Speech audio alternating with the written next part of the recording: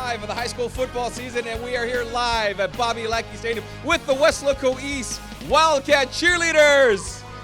And they're here ready for homecoming festivities at Weslaco Stadium. The Wildcats taking on Donna North here. We'll check in with you guys later. Thank you very much, Wildcat cheerleaders. We'll let you go and get ready for all your homecoming festivities. Carlos Robledo here, along with Mike Gonzalez. And what is so special about this game right now that it is the opening of district competition where the Wildcats coming out a 1-2 season so far on the young season, but the district play begins tonight, Mike, taking on Donna North and an opportunity to just wipe out the slate and get ready for district play. There is a reason why they scheduled a tough non-district schedule, 1 and 2. I think Coach Burgett will take that actually because they played 3 quality schools, got a win, have momentum going into district play. They should feel pretty good, and they're healthy now. Yeah, they played against a Maynard team in that week 1 that was up in San Antonio, just lost that game. Maynard team with a lot of D1 players. Played against Laredo Alexander. Remember, Laredo Alexander, a team that went to the playoffs. Whoa.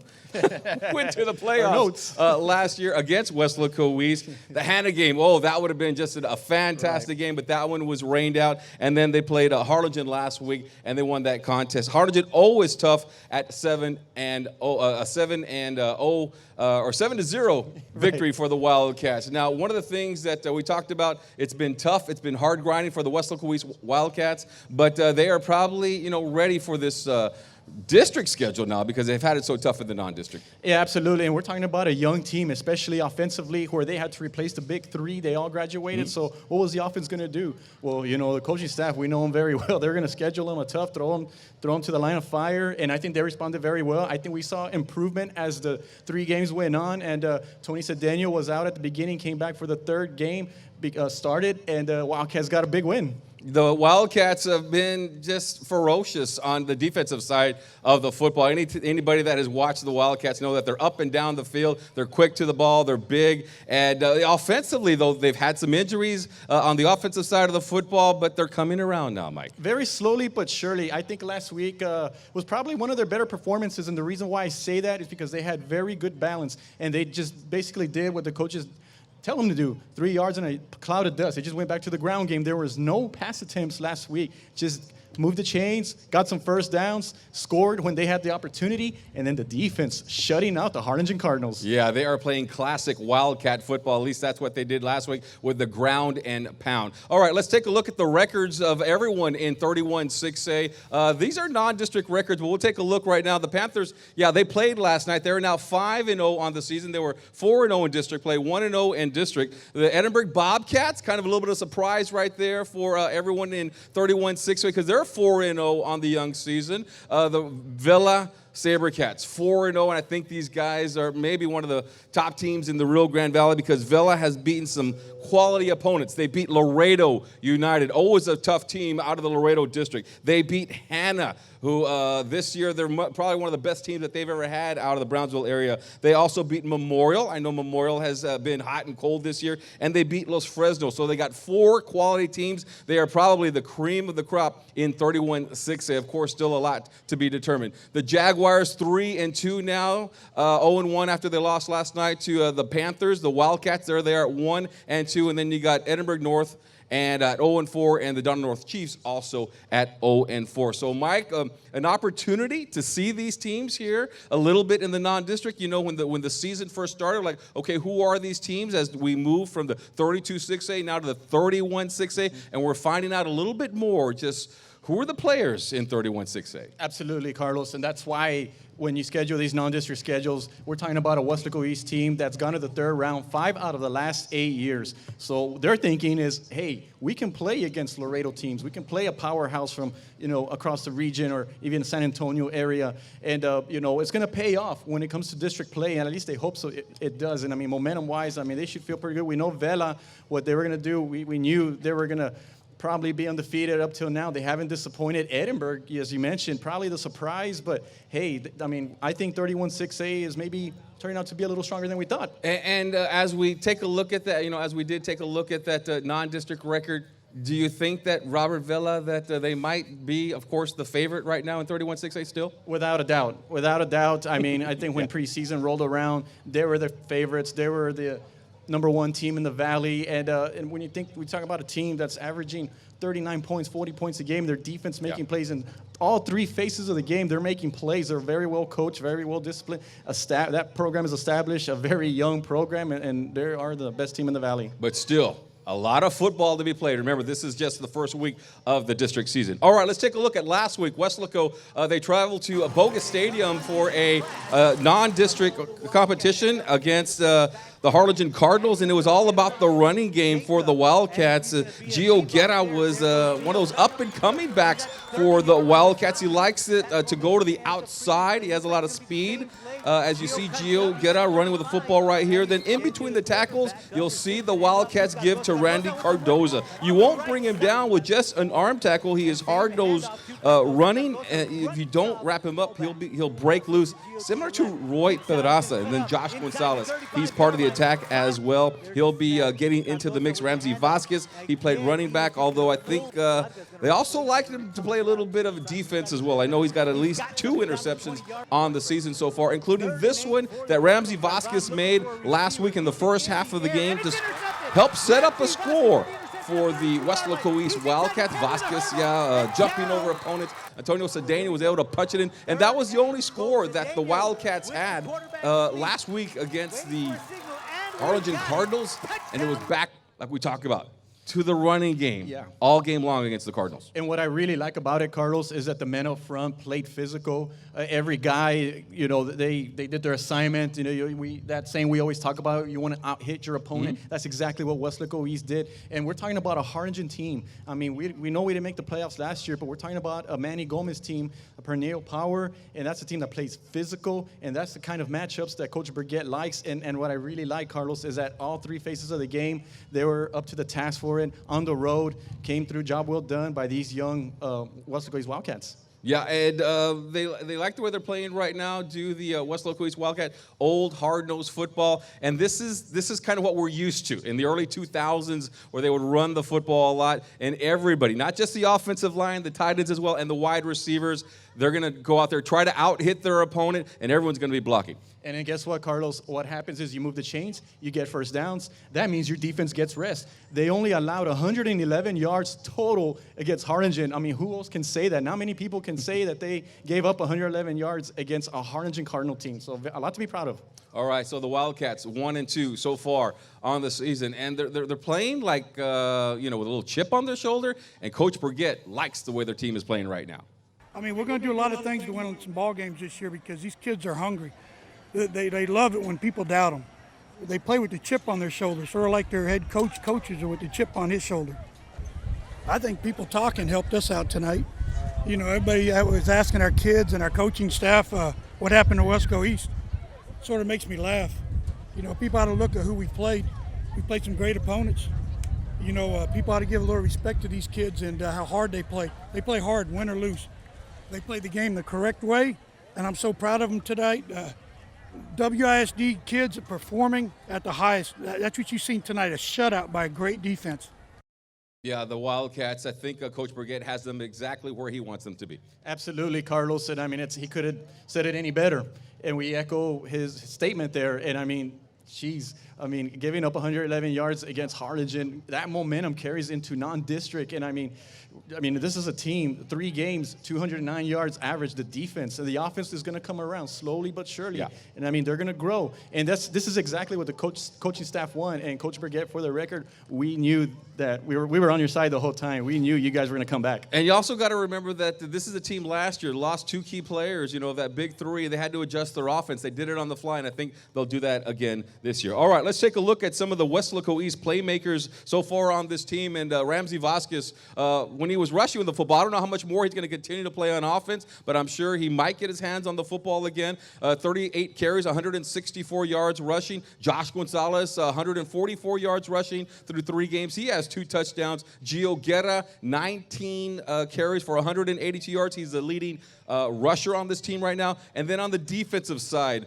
of the football, Freddy Cardenas, the MVP from a year ago, 31 tackles. Joel Longoria, 29 tackles. Robert Vera, 28 tackles. And then there's Jacob Banda. He's been a a mainstay for the Wildcats with 25 tackles, Mike. Absolutely. Got to keep an eye on his Joel Longoria coming off his best game. Has 20 solo tackles, 29 tackles for the season, 20 of them solo, 11 tackles last week, 1 sack. So he was a big part of the win against Harlingen last week. Freddie Cardenas being the leader of that team, that defense.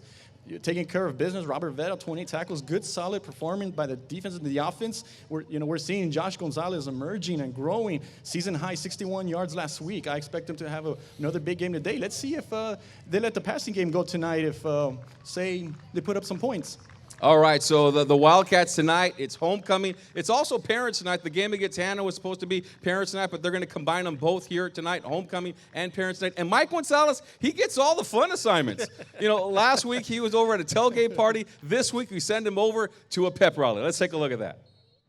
Okay, we are here at Weslaco East, where we're minutes away from the pepper rally. It's homecoming week, and the students are walking in. The band is already going. The cheerleaders are starting to dance. All right, let's get to it.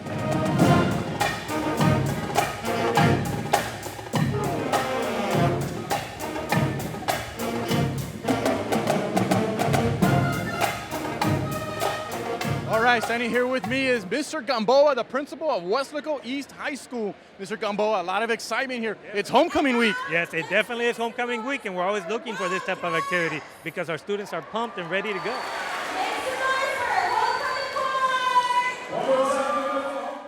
So this guy thinks he should be homecoming king. Why are you running?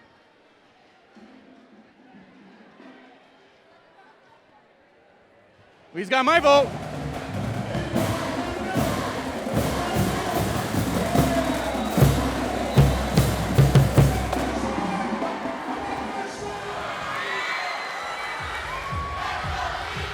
What was it like when you were down there crawling? Tiring. I could barely breathe because I was like laughing and like breathing at the same time.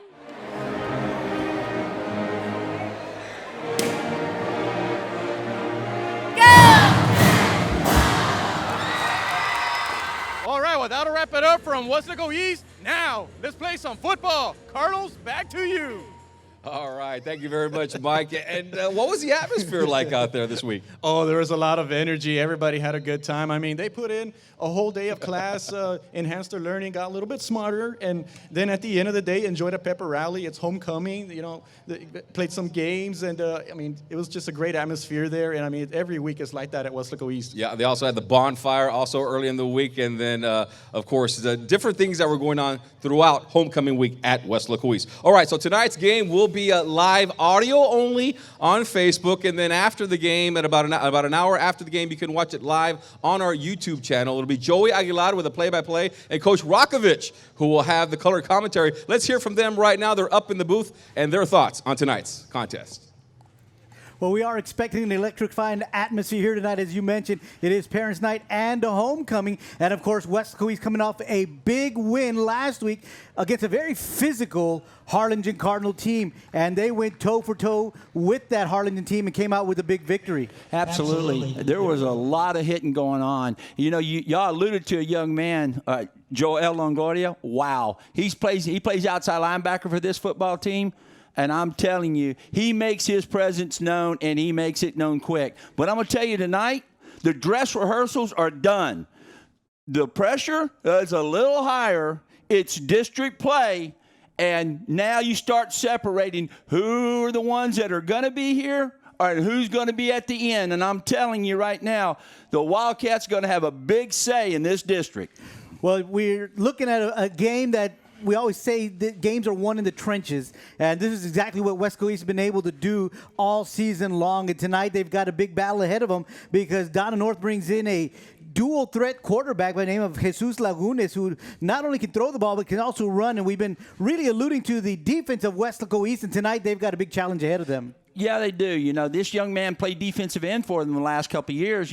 They moved him into being a quarterback. He's a very athletic young man. So, obviously, the defense has their hands full with this kid. But I'm telling you, this defensive front line and the defense as a whole they play real disciplined defense. And now I just watch them. They go down the line when they do their reads and that kind of stuff, and they attack. So it should be a heck of a contest for the Wildcats. Yeah, offensively, we look at Weslaco East doing the same thing, just ground and pound, keeping the ball in their hands, just moving the change, methodically going down the field, and, of course, bumping it into the end zone, and just wearing the team down, and, of course, just wearing down the clock as well. You know, and that all starts up front. It all starts up front with both defense and offensive lines. I'm telling you right now, you know, you got this big old Mr. Posada who plays left guard for the Wildcats.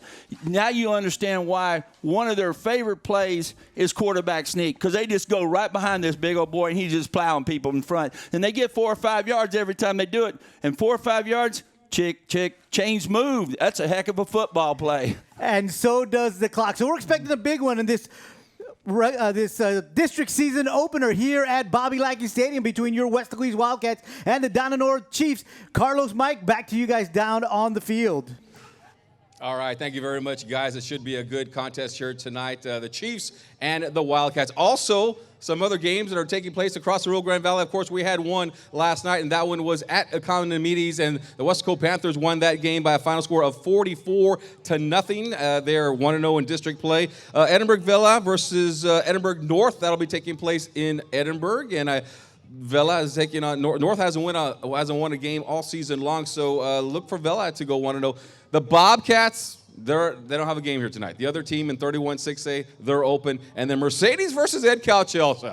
If you're from the Mid-Valley, you know that is always a big game, Mike. No doubt about it, Carlos. Arguably the best rivalry here in the Valley. You can make a case. Donna Weslaco could be the other. But here in Mid-Valley, we love our football. All-time series, Carlos. Check this out. 33-32-1.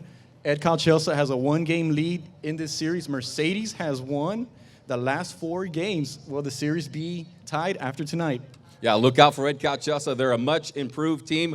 They've been getting better as the season continues, and so have the Tigers. We'll have a score on the post-game show. All right, the weather for tonight. We're always looking at the weather because we had a rain out earlier this year. So the weather for tonight, only a 5% chance of rain.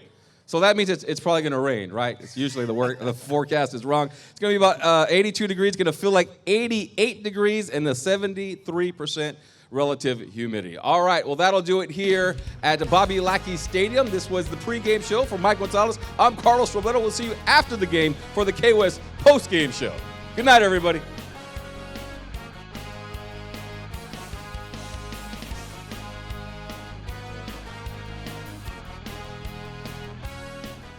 Weslaco ISD graduates receive more than $4 million in college scholarships, including dozens who will play college sports. More than 900 received a certification and are ready for the workforce or continuing their education. Over 400 honored graduates will have opportunities to study at top-tier universities.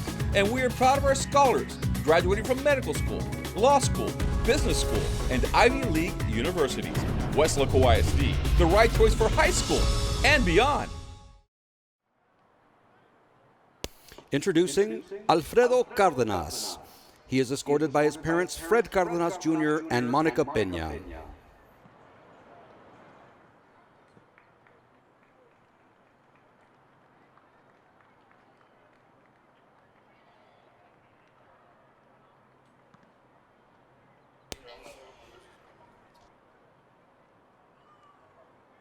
Alfredo is also escorted by his grandmother, Rosie Martinez.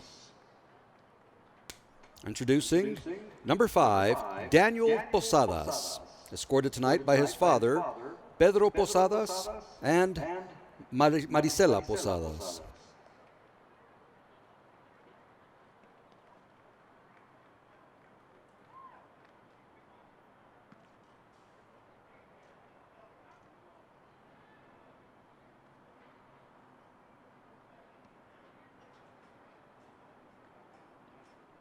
Introducing number 7, Dimas Alvarez, escorted tonight by Maria Alvarez and Corazon Alvarez, his sister, and niece Yatsiri Alvarez.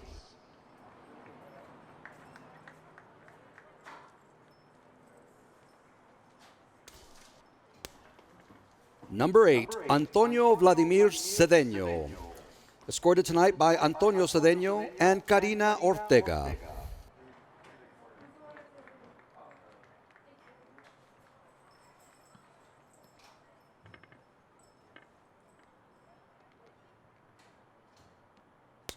Number 9, Alberto Salinas, escorted by Alberto Salinas, Gloria Salinas, and brother Jacob.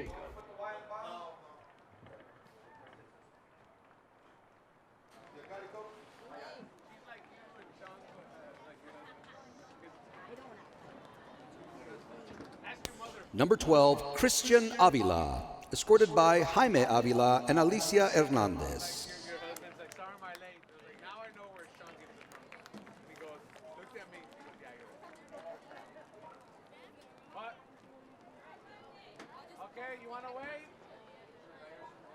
Number 13, Justin Castillo, escorted by Ernesto Castillo.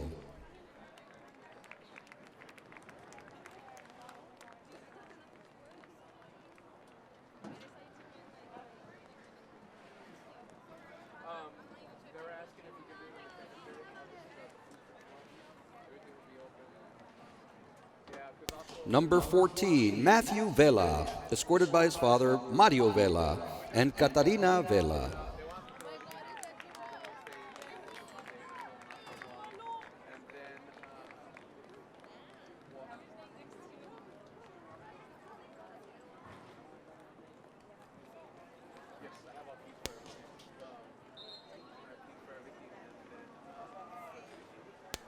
Number 18, Jose Guerra, escorted by Josefina Quintanilla.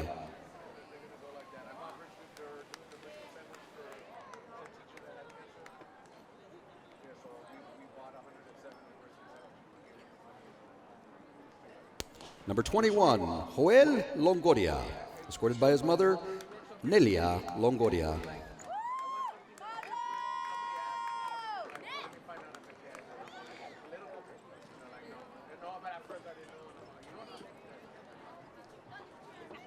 Number 22, Jose Serna, escorted by his mother, Nora Rodriguez, and sister, Camila Rodriguez.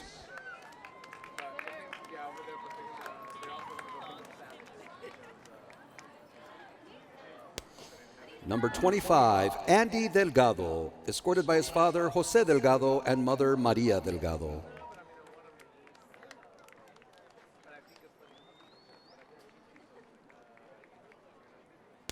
Number 26, Carlos Espinosa, escorted by his mother, Missy Espinosa, and sister, Alina.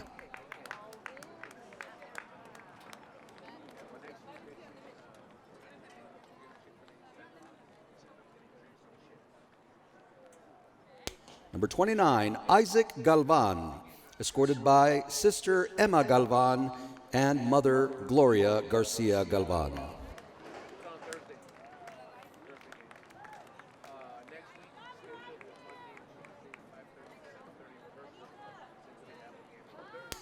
Number 32, Oscar Marin, escorted by his brother and sister Benito and April Carrillo and Sylvia Rivera Carrillo.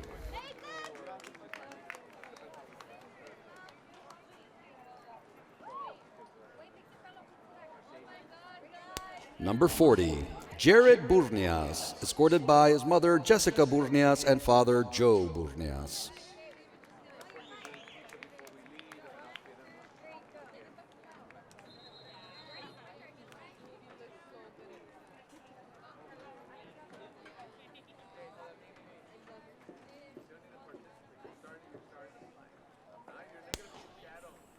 Number 45, Imanol Ordonez, escorted by his father Juan and mother Janie Ordonez.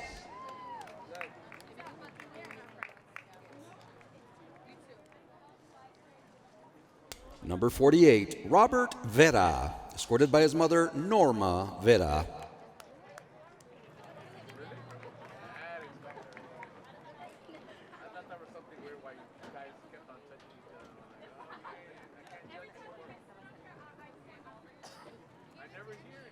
Number 52, Silver Guerra, escorted by his mother, Norma Ruiz.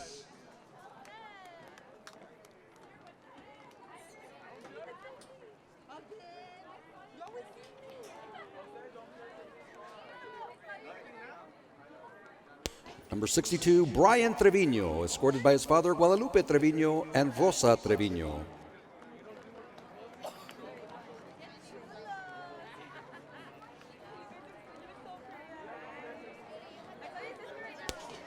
Number 68, Christian Campos, escorted by his father Carlos and mother Veronica Campos.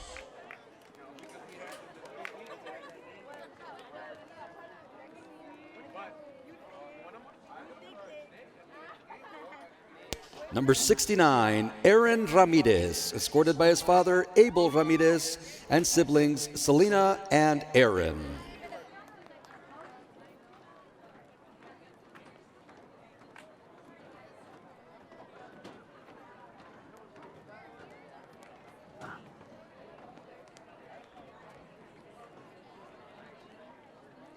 Number 74, Orlando Cabrera, escorted by his mother Jessica Cabrera.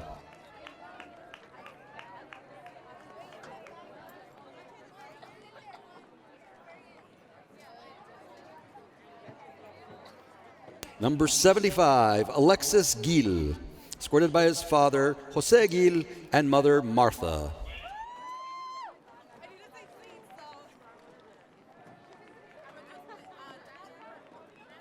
Number 84, Ozzy Rios, escorted by Luis Gonzalez and Haiti Gonzalez.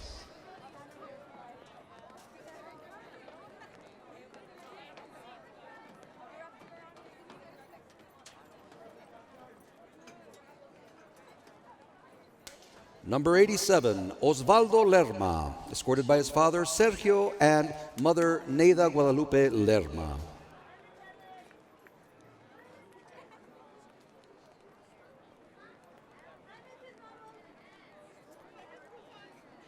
Number 97, Roberto S. Torres, escorted by his mother Sylvia Torres.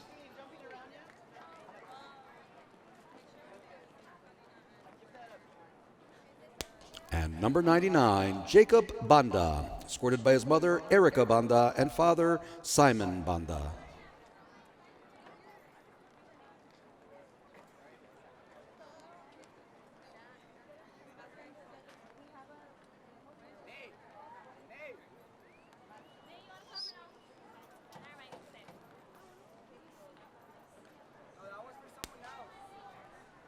Introducing cheerleader Leo Alvarado, escorted by his parents, by coach Terry Tijerina.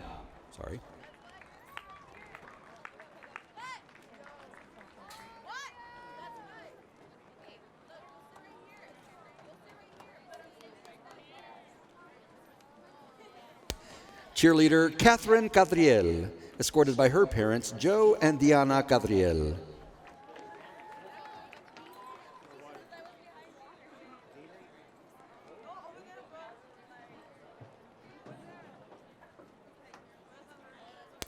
Cheerleader Andrea Cruz, escorted by her father Arnulfo and mother Veronica Cruz.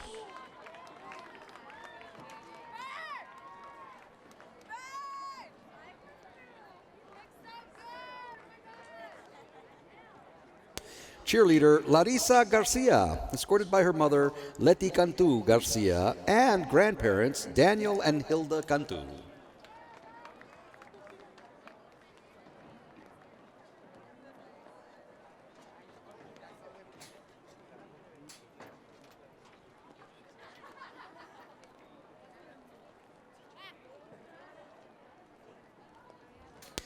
Cheerleader Lorraine Garcia, escorted by her parents Israel and Priscilla Garcia.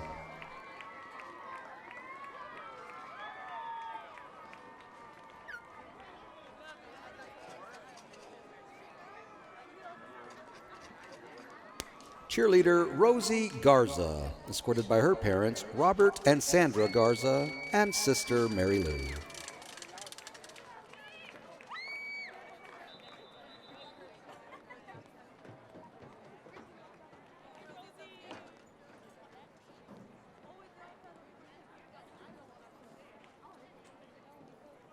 Cheerleader Jennifer Mesa, escorted by her mother Brenda Mesa. And it looks like her father as well.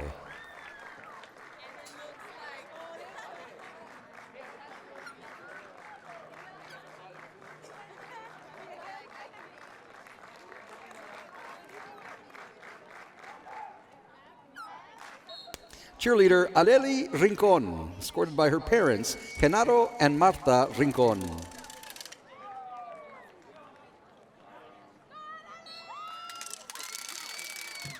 My apologies. Cheerleader Valerie Reina, escorted by her parents, Javier and Sonia Reina.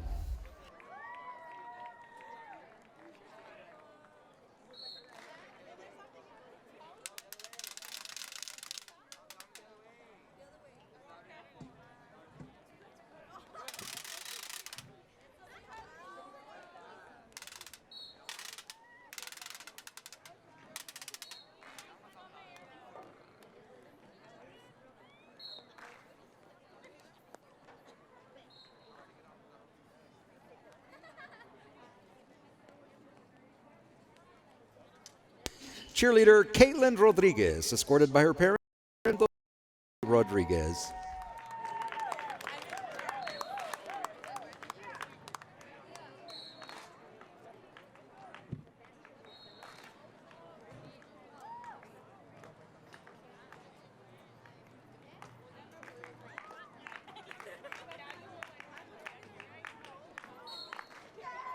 Cheerleader Victoria Rodriguez, escorted by her parents, Veronica and Leo Garcia.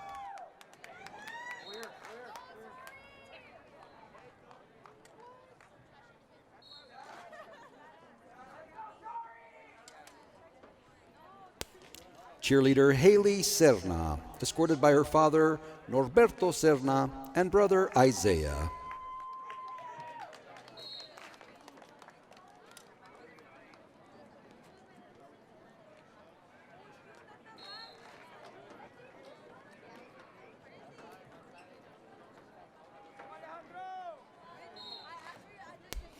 And our school mascot, John Villarreal, escorted by his parents, Juan and Erica Villarreal.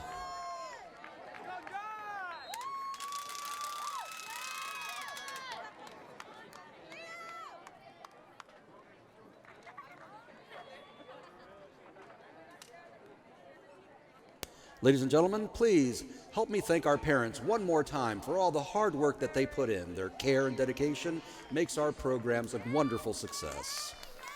And on tonight's game, let me be the first to say, go Wildcats!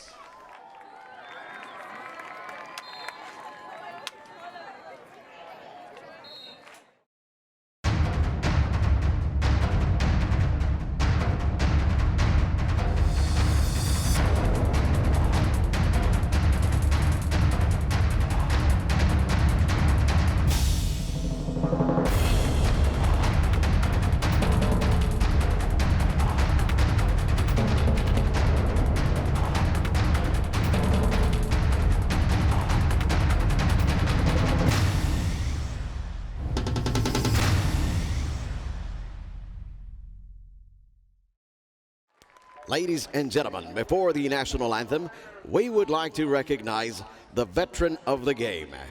Brought to you by De La Garza Family Dental.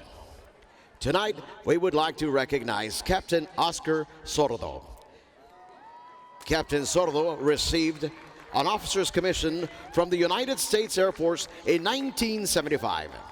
He served tours of duty in Spain, Central America, Ecuador, and El Salvador. Captain Sordo was involved in the training of the Salvadoran Air Force during the Salvadoran Revolution in the 80s, and he saw action in that country. He was honorably discharged from the United States Air Force in 1987 with the rank of captain. Captain Sordo has been married for 44 years to Milagros de la Mercedes Sordo, and they have 4 daughters, Yvonne, Jean, Millie, and Cindy. Captain Sordo, we salute you, sir, and thank you for your service.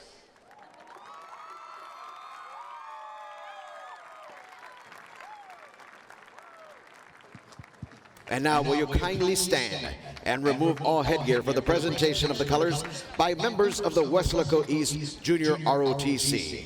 Cadet Commander Sergeant Major Alberto Rodriguez. Cadet First Sergeant Kaylee Casas, Cadet Captain Alexis Martinez, Cadet First Lieutenant Keila De La Paz. And now join us as the Wildcat Regiment honors America with the playing of our national anthem.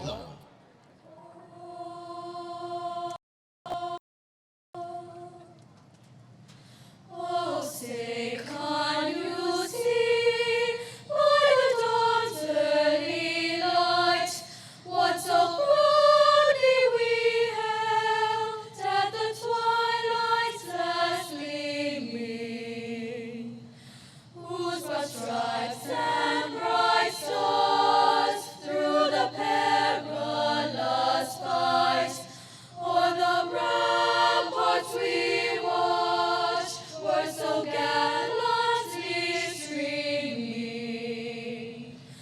And the rockets' red glare, the bombs bursting in air, gave proof through the night that our flag was still there. Oh, say does that star-spangled banner yet wave o'er the land of the free and the home of the brave. Thank you to members of the choir from Weslaco East. Out here, I'll play our work. Let's go, baby.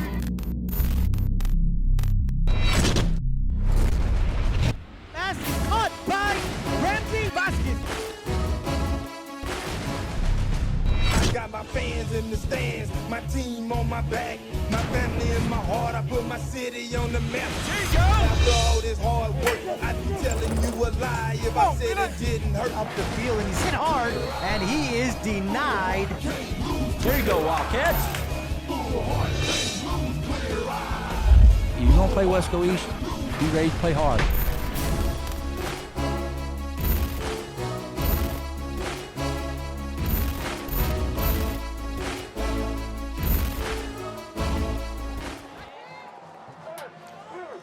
Well, good evening and welcome to Bobby Lackey Stadium for tonight's district opener between your Weslaco East Wildcats and the Donna North Chiefs. We've had the coin toss, we've had the national anthem, and now the Wildcats are running onto the field as we get set to do battle here in this district home opener. Excellent. I tell you what, this is the night that you look for. All those weeks that you've been working, preparing for the district play, it's upon you now. All right, and you start right now. This is a building block towards a district title. All right, game one. All right, all the kids are excited. They're ready to play football. The Wildcats are out there. The Chiefs are out there. And right now you start separating those who are going to make the playoffs and who aren't going to make the playoffs. So, and it starts tonight. So, hey, it's an exciting night, exciting time right here to watch the East Side, strong side, get after these Chiefs. Well, Weslaco East did win the toss, and they deferred for the second half, so they'll be kicking off to the Donna North Chiefs. On with the kicking duties, of course, is Osvaldo Lerma. Back deep for the Chiefs is going to be Ray Dena along with Aiden Gomez. Of course, the Weslaco East Wildcats coming off of a high note last week, winning 7-0 over at Bogus Stadium, defeating the Harlingen Cardinals. Tough physical game, and you know these Wildcats are right coming in on a high note. They absolutely are. You know, here they come, and now they're going to start on the defensive side of the ball, get after it right now, and hey, start making a statement from the beginning of this football game. Just like last week, play a tough physical game, and everything will work out great for them. Well, again, we want to welcome to Bobby Lackey Stadium. I am Joe Aguilar, joined by Coach Rock, and that's going to be Dana with about 2 yards deep in the end. He's got room. Once he gets across the 10-yard line, they're going to say he is knocked down at the 14, and that's where Donna North will begin their opening series. I promise you, there's 11 guys on every unit. At that, right there, at that kickoff, there was 11 guys right there. Tonight's starting lineup is brought to you by Copyright Weslaco Mexico's digital print, photography, and design shop. Jacob Banda, Senior. Roberto Torres, Senior. Imanol Ordóñez, Senior. Freddy Cardenas, Senior. Robert Rivera, Senior. Raven Figueroa, Junior. Carlos Espinosa, Senior. Hector Moniz, Junior. Jose Serna, Senior. Dimas Alvarez, Senior. Copyright. Copies done right. That is your starting lineup. And of course, the first play from scrimmage, Jesus Lagunes connects with Rigo Rodriguez to about the 30-yard line, 16-yard play on the very first play from scrimmage. Yeah, nice deep out route right there. And, you know, on a rollout, Lagunes hit number 88, Rigo Rodriguez, on a nice play.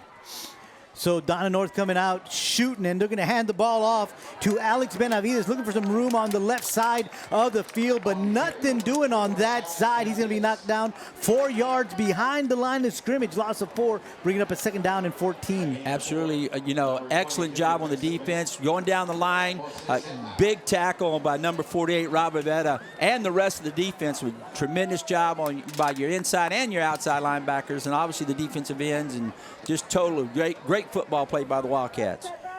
Well, they're going to say he officially lost 3 yards. That'll bring up a second down and 13 from the 27-yard line. We are just underway. Of course, Donna North received the opening kickoff from Weslaco East as they deferred for the second half. This time, Dena, the quarterback, quick out pass to Aiden Gomez. Almost there by Joel Longoria, but the play is going to go negative yards. They're going to lose 2 more yards on that play, and this is now going to bring up a third down and 15. Yeah, great tackle there by number 15, Hector Muniz. You know, the first guy looked like he was trying to get the interception, but the Hector came through and made a great, you know, a one-on-one tackle there. Excellent job by Hector. So 16 yards on the opening play for the North Chiefs, and on their next 2 plays, they've lost 5. Yeah, exactly. Defense, you know, coming alive right here, and got to get a big stop right here and get the ball back. Lagunes looking, pocket collapses, and down he goes at the 19-yard line. So -6 again. So that offensive series gave him a net of 10 yards. Exactly. Great job there by Big Jacob Banda. Wow. Nice, the collapse the pocket, the rush on the inside did a good job. Jacob got on outside, made a big tackle for a sack. Good job there by our defense. So they're going to send on the punting unit, and we got Ramsey Vasquez lined up at the 45-yard line, ready to return this one. A good snap. Punt is away. It is a good high punt. Lands at about the 47, takes a Chiefs bound. Everybody gets out of the way, and it rolls into Wildcat territory, and it's down at the 37, 38-yard line where they're going to say it is at. And that's where the Weslaco East Wildcats will begin their opening series tonight. Excellent job by our punt return team, you know, getting away from that ball, because obviously, you know, he hits the ground, and, you know, that's how they're coached. That's what they're coached to do, get away from it. All right, let the offense get out there and do their thing. So here comes the offense of the Wildcats. Antonio Cedeno, the quarterback. He's going to line up under center. Solo set back in the backfield. You got 2 receivers split wide to the right. Cedeno looking over the defense. They're going to send Carrasco in motion to the right. Toss to Josh, and Josh is going to cut upfield. He's breaking some tackles across midfield and brought down at the 47-yard line. Big run there by Josh Gonzalez to start off this offensive series for the Wildcats. Yeah, you noticed they did a lot of shifting and this kind of stuff as far as with the receivers, that kind of thing, what they're doing, and got a lot of guys on the point of attack up there to get some big blocks. Fullback laid a great block. Josh got the ball, did a great job running, and picked up some great yardage for a first down. Correction, that's Dimas Alvarez in the backfield. So Dimas Alvarez with the opening carry for the Wildcats. This time they're going to hand it up to him. He's going to go off the left side, bounces it outside, and we've got a big run for the Wildcats. Down the 20, 19, inside the 5, and it is a touchdown for your Wildcats. That is Gio Guerra taking the toss and taking it to the house.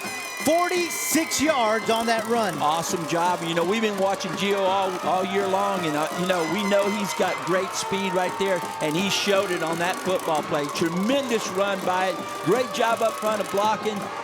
you know, obviously down here on the corner with our receivers and stuff doing a great job staying with their blocks and busting Gio for a big run and a east side, strong side touchdown. Yeah, Gio has shown that ability to break one. He just hadn't done it yet all season long, and he is the third leading rusher on this game, on this field, on this team, I'm sorry, considering he's had the fewest carries.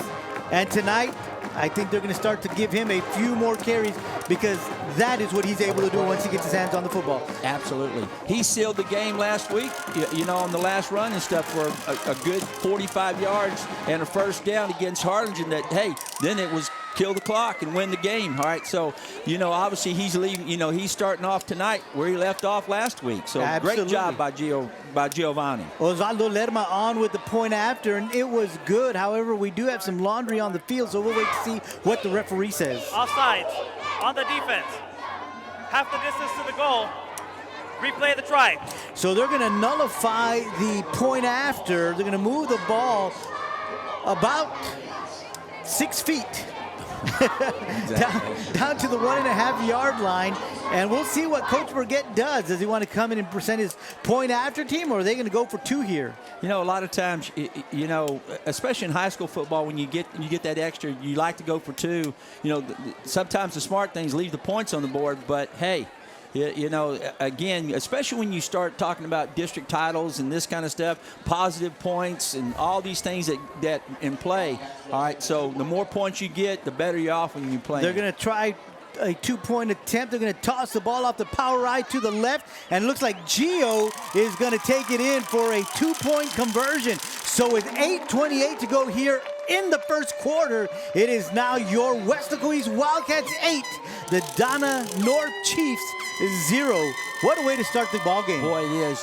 Hey, come out defensively. Yeah, they hit us on a big play at the start, but then our defense just boom, boom, just, you know, negative yardage, negative yardage, negative yardage. They have to punt to us. 2 or 3 plays later, we're sitting in the end zone. You can't ask for a better start in a football game. Yeah, you know, we talked about this in the pregame, is that the Wildcats are going to run the ball right at you. Yes, they are. And they did that from the get-go. Yes, they are. You know, and a lot of people, you know, they talk about, well, throw the football and that kind of stuff. I'm going to tell you what, in this offense, the toss is like a pass. Okay, it just really is, because you're thinking that, hey, and they know that's their home run play, you know, and everybody knows it. When you play Weslaco East, you've got to be able to start that. You're going to have to stop the outside toss, all right? But the thing about it is that they can also run great in between the tackles, so it makes it a pretty good challenge for a defensive coordinator to have to stop this football That game. touchdown run by Gio did start in between tackles. He just bounced it out, and there was no one that's going to stop him. So Osvaldo on the kick, and the kick is away, and it's a good one. It's going to be fielded at the 10-yard line on a one hop by Aiden Gomez, and he is out to about the 22 when he's finally just shoved out of bounds, and that's where Donna North will begin this second series of the evening. Again, you know the Wildcats do a great job on their special teams. They get down their lanes and they converge on people. You know, we haven't seen many long runs against him. I know last week there was a punt return on him, but you know, obviously that was a little bit questionable towards the end of the game, but still, that's about the only thing I've ever seen anybody do this whole year as far as, you know, hurting special teams a little bit, but they do a great job. They prepare their kids to get them ready to play. Well, Donna North will begin their second offensive series of the night at their own 22-yard line. And so now they come onto the field. Their quarterback is Jesus Lagunes. He's a dual threat quarterback. He will throw it, and he will also take off and run with the football. Early whistle now. And the referee is letting us know that they are going to be calling a timeout. Donna North is. So we're going to go ahead and take a timeout with them. You're enjoying Weslaco East football right here on K-West.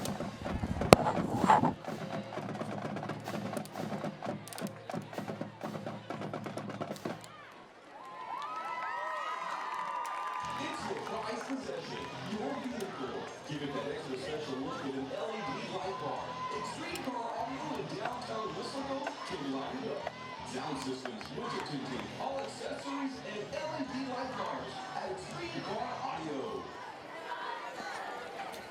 Audio. 3, 2, 1. Welcome back to Bobby Lackey Stadium for the district opener between your Weslaco East Wildcats and the Donna North Chiefs. I'm Joe Aguilar, joined by Coach Rock, bringing you all the action here in this district opener. We have a flag we had some whistles but no flags. I think the whistle was to start the clock, and then the center just snapped the ball on that whistle. And so there was just a lot of chaos on the field, and they're going to lose it 3 yards on that play, bringing up a 2nd down and 3. So since the first play, 16 yards, every other play has been negative. It has, and you know what? Freddie Carter's just made himself known in this football game. I don't know, that was a bad snap or whatever it is, but when the quarterback picked it up, 3 was just all on him. Tremendous hit by our middle linebacker. So the Chiefs are going to send someone in motion to the left. Laguna is rolling to his left, looking for a receiver. Ball is in the air, and that's going to be picked off on the right side of the field, and it's going to be Weslaco East down inside the 5, rushing towards a touchdown. They're going to say he's finally brought down at the 1-yard line, and with that interception is Jose Serna. However, we do have a flag at the 22-yard line.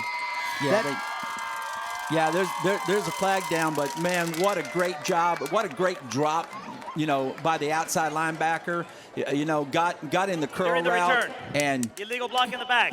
Picks up a great interception. 10-yard penalty All right. from the spot of the foul. Going to be first down. Of course, it'd been better on the 1-yard line, but we're going to get it back here. But hey, again, a turnover. Defense come alive. Got a great turnover. Offense has the ball. Another chance to put some more points on the board.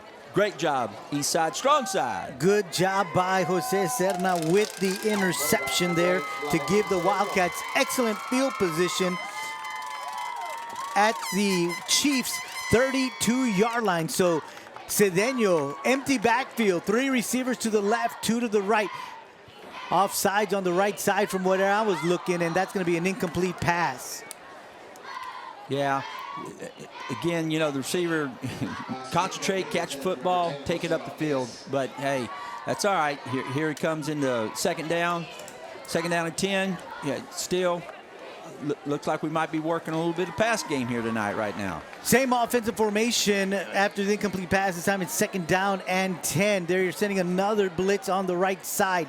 Quick pass off to the right side, and that pass is going to be caught, and that's going to be a good pickup of 8 yards. Ramsey Vasquez, the receiver, on the receiving end of that pass. Great job there. Just a great job of getting the ball out on a quick.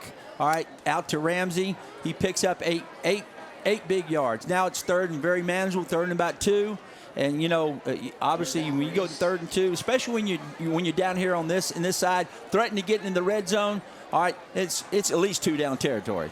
I formation for the Wildcats going to be handed off to the first Wildcat going through, and he's going to get to maybe the line of scrimmage. Good tough running there by Randy Cardosa. Yeah, it's tough running, but the defensive tackle on that side for Donna North did a tremendous job of getting off the block, and getting into Cardosa. So now we got 4th and about 4th and about 2. So here we got to get another chance here at it. So now we need to convert. So 4th down, looks like they are going to go for Carrasco and Gio in the backfield. It's going to be a toss to Gio off to the left side. He's got some blockers in front of him. He's going to cut back inside, and he's going to get inside the 20 to the 19-yard line.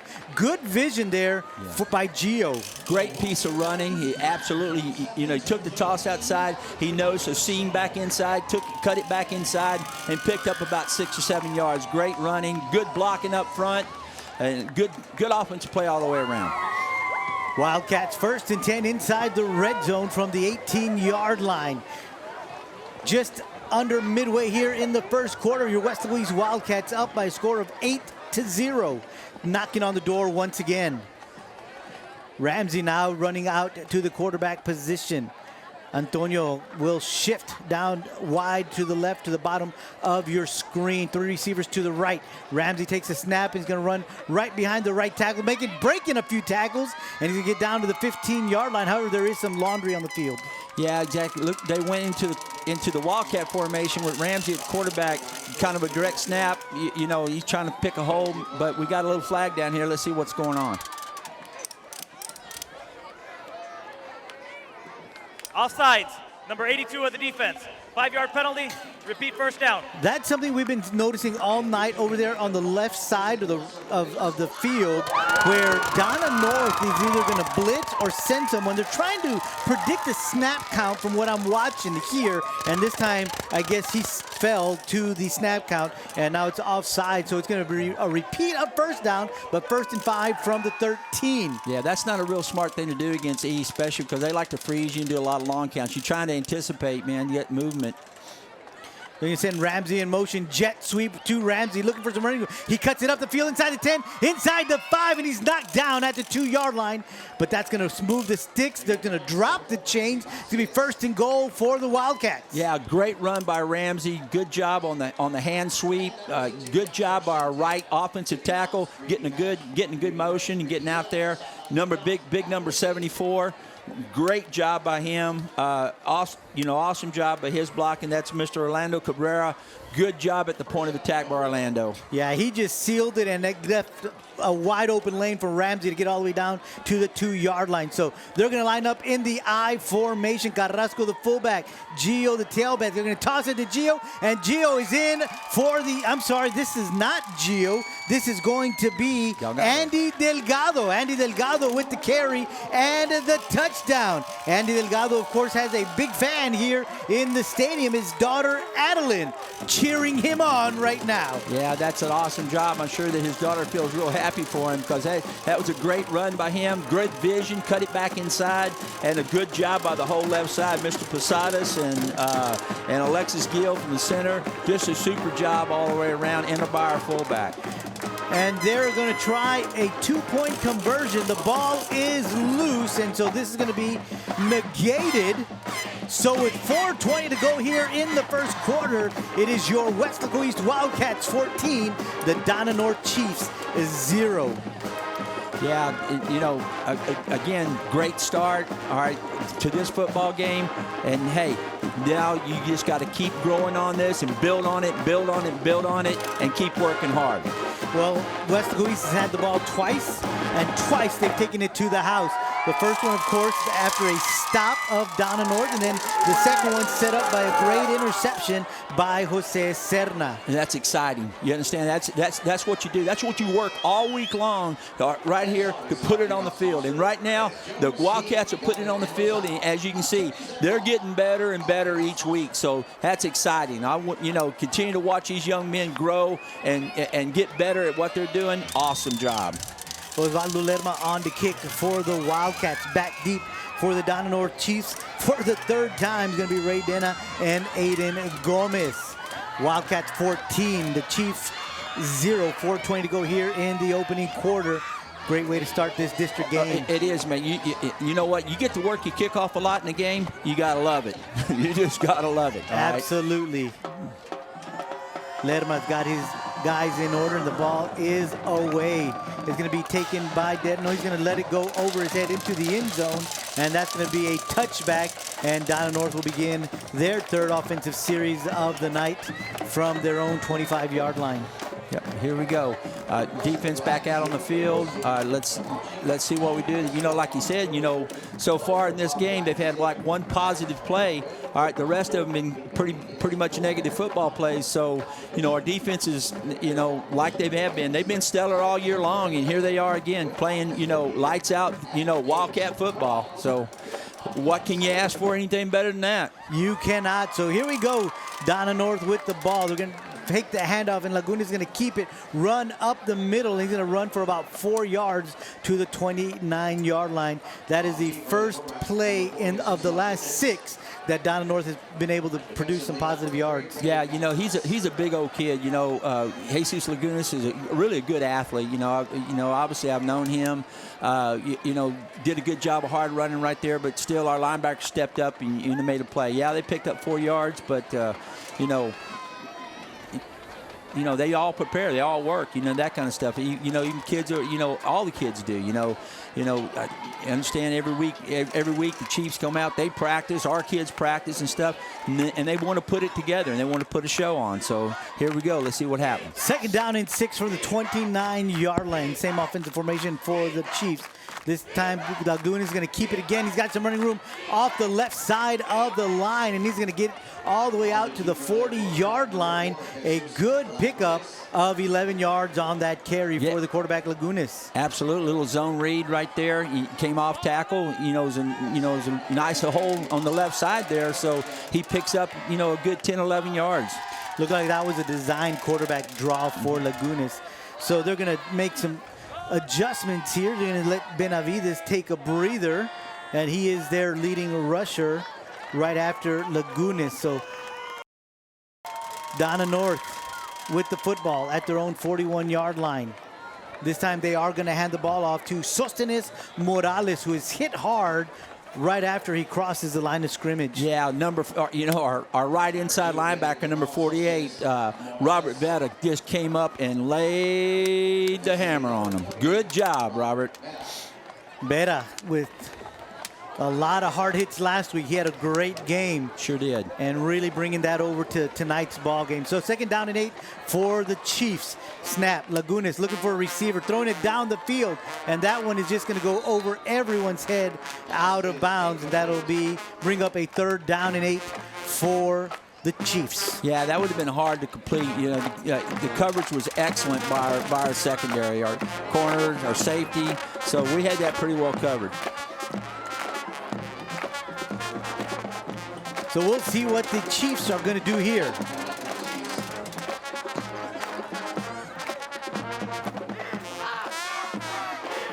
Third down and 8.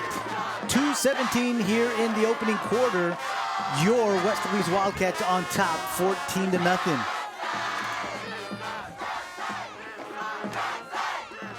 The snap. Lagunas drops back. There is a flag. Let's see what they call. Yeah, let's see what happens real quick. It was a quick flag. So Ball start. Number 71 of the offense. 5-yard penalty. Still 3rd down. Yeah, that's usually when you get a quick flag like that, you're usually going to get a false start on the offense. So that's what it was. So that's going to move them back 5 yards, and we'll repeat 3rd down, but this time they've just got to go a little bit further. 3rd down and 13 for the North Chiefs. So that obviously puts advantage to the defense and stuff, because it's hard to get 13, 14 yards on a football play. They're going to send 3 receivers to the bottom of your screen. Lagunas is going to roll left, looking for a receiver. This one is intended for Rigo Rodriguez. However, it was just a little too high, and it's going to sail out of bounds, and that'll bring up a 4th down. And again, the Donna North Chiefs are going to punt the ball away. Yeah, it's Donna North is really trying to get out of the pocket and stuff, really, do a lot of sprint out tonight. But, our defense is, like I said, they're so disciplined. They see it. They're down the line, that kind of stuff. And they're doing a great job of covering. So Alejandro Flores on the punt, and it's a high but short one. That's going to sail out of bounds, and we'll see where they tag it at. They're going to say it sailed out of bounds at the Wildcat 44-yard line. So the Wildcats defense giving the offense excellent field position once again. Absolutely. You see, that's the wonderful thing about obviously this game and stuff. Both units are working for each other as a team. All right. So defense does a great job. Gives the ball, great field position to the offense. It just puts a lot of momentum both ways on our football team. So, we got a little ways to go here, but hey, should be a great series for us. Dimas Alvarez in at tailback. Antonio Cedeno, the quarterback. Handoff is to Dimas. Dimas got some running room right behind the left guard, and he's going to plow his way for 11 yards, and they're going to move the chains. Exactly. Pedro Posadas, man, he's like, I've been talking about him all year long. They ran a little blast play right over the left guard. He did a great job of, moving the defender, and hey, great positive yardage. So 1st and 10 for the Wildcats from their own 41-yard line. Want to send a big shout out to Victor Ortiz all the way from Marfa, Texas. Just want to let you know that Facebook Live is audio only. An hour after the game, we will have it up on YouTube where you can watch the game. UIL does not allow live streaming on Friday night. Handoff to the fullback. They're going to pick up about 1 yard on that play. With the carry, it's going to be Jared Burnias. Yeah, there wasn't a lot of movement on this play, so our fullback kind of ran into the backside of our blocking. But hats off to Donna North defense. They got to the football and did a good job of stopping us there. Yeah, Christian Cortinas plugging up that hole really quick. So second down and 9 for the Wildcats from the 42-yard line. In motion are the Wildcats. However, we do have a flag on the play. And they're going to say there was a little bit of movement on the line for the Wildcats. So that's going to be the first penalty charged to the Wildcats. Number 74 of the offense. Yeah. 5-yard penalty. Repeat second down. It's kind of like we just saw a while ago from Donna North. That same thing. You know those big kids up front. Well, you always tell them concentrate. Listen to the snap count. Hold your water. Let's go. That kind of stuff. So same old stuff, and it's kind of hard, especially when you're down there, boy. You're just excited wanting to come off the ball and block somebody, and sometimes you go off just a little bit too soon. So we'll repeat second down, but this time it's going to be second down and 14 from the 37-yard line. Toss to Dimas Alvarez. He's looking for some running room. He's got some, breaks a few tackles. He's got a Chief hanging on to his jersey, but he's able to just spin his way across midfield to the 48-yard line, and that looks like it's going to be another Wildcat first down. They needed 14, and he got 15. Yeah, excellent job. He does a good job of hard running. they grab his, the backside of his jersey right here, but he's still running. He's still pumping his legs and stuff. Number 40 out there front, out there throwing blocks. Jared Brunas did a great job up front. First down. So it looks like the clock has wound down to zeros. We have played one quarter here in this district opener at Bobby Lackey Stadium. And it is your Weslaco East Wildcats 14, the Donna North Chiefs 0. We'll be right back with second quarter action from Bobby Lackey Stadium. Hey, guess who's here? It's Warrior representatives. They want to see who's going to be top. Having the stat. And there you are, the lucky winner. You showed all the spirit. Congratulations. You get a hot, fresh mango Warrior prize pack. Warrior, just like that. Back to live action here at Bobby Lackey Stadium. First and 10 for your Wildcats from the 48-yard line of the Donna North Chiefs. And it's a quick handoff to Russell Garza. And he's going to pick up 10 yards.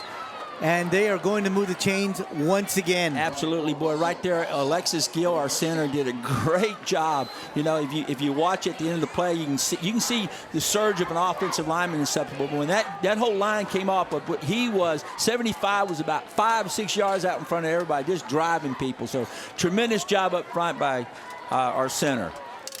So here come the Wildcats. Burnias, the fullback, quick handoff off the left side, and he's going to just muscle his way down for about 6-7 yards. We'll see where they spot the football at. I noticed tonight a lot, the Wildcats are using a lot of different running backs, fullbacks, tailbacks, this kind of stuff. So they're, a lot of kids are getting a lot of touches tonight, which is really, really important, especially as the district races go on and stuff, injuries and this kind of stuff. So they're getting some valuable time tonight.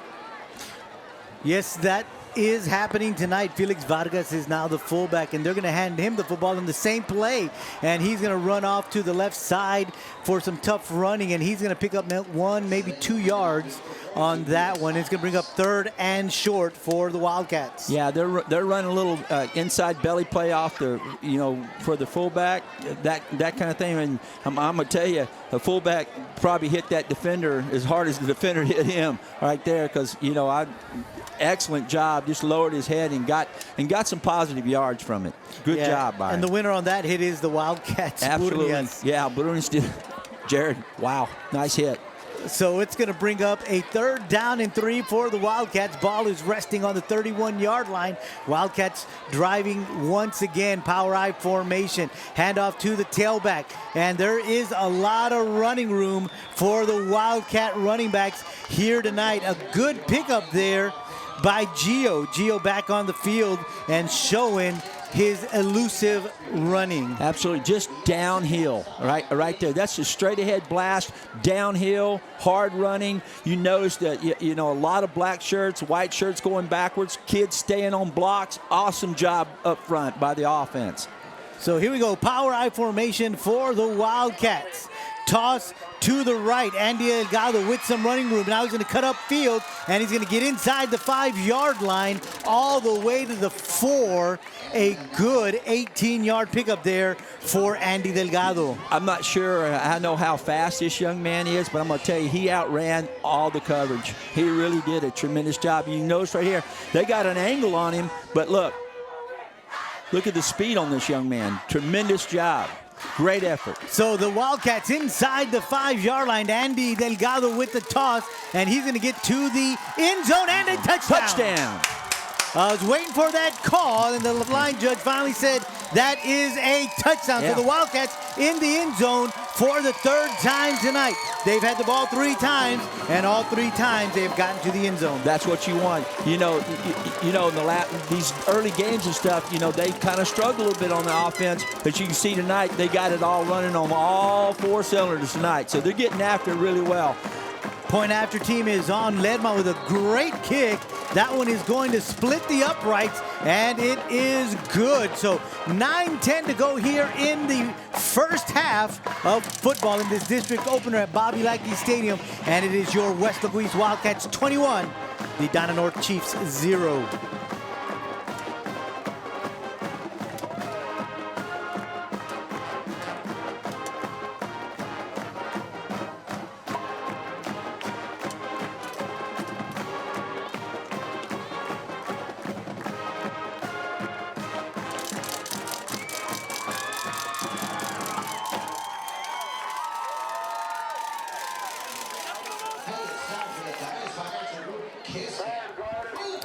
Welcome back to Bobby Lackey Stadium here in Weslaco, Texas. It is your Weslaco East Wildcats taking on the Donna North Chiefs as we kick off district play here in 31-6A. I'm Joe Aguilar, joined by Coach Rock, bringing you all the action from this opening district matchup. Yeah, you're going to, right now, you can see the Wildcats, they've come with a great determination tonight. They're getting after it. They're playing hard. Making some great plays, especially up front offensively. They're really starting to dominate. So we're starting to see this team get better and better each and every week. So here we go. Lerma with the kick, and that's a good one. That one's going to be fielded by Dena at the 5-yard line, looking for some blocks. He's out to the 20, and he's going to be brought down as soon as he crosses the 20-yard line at the 20.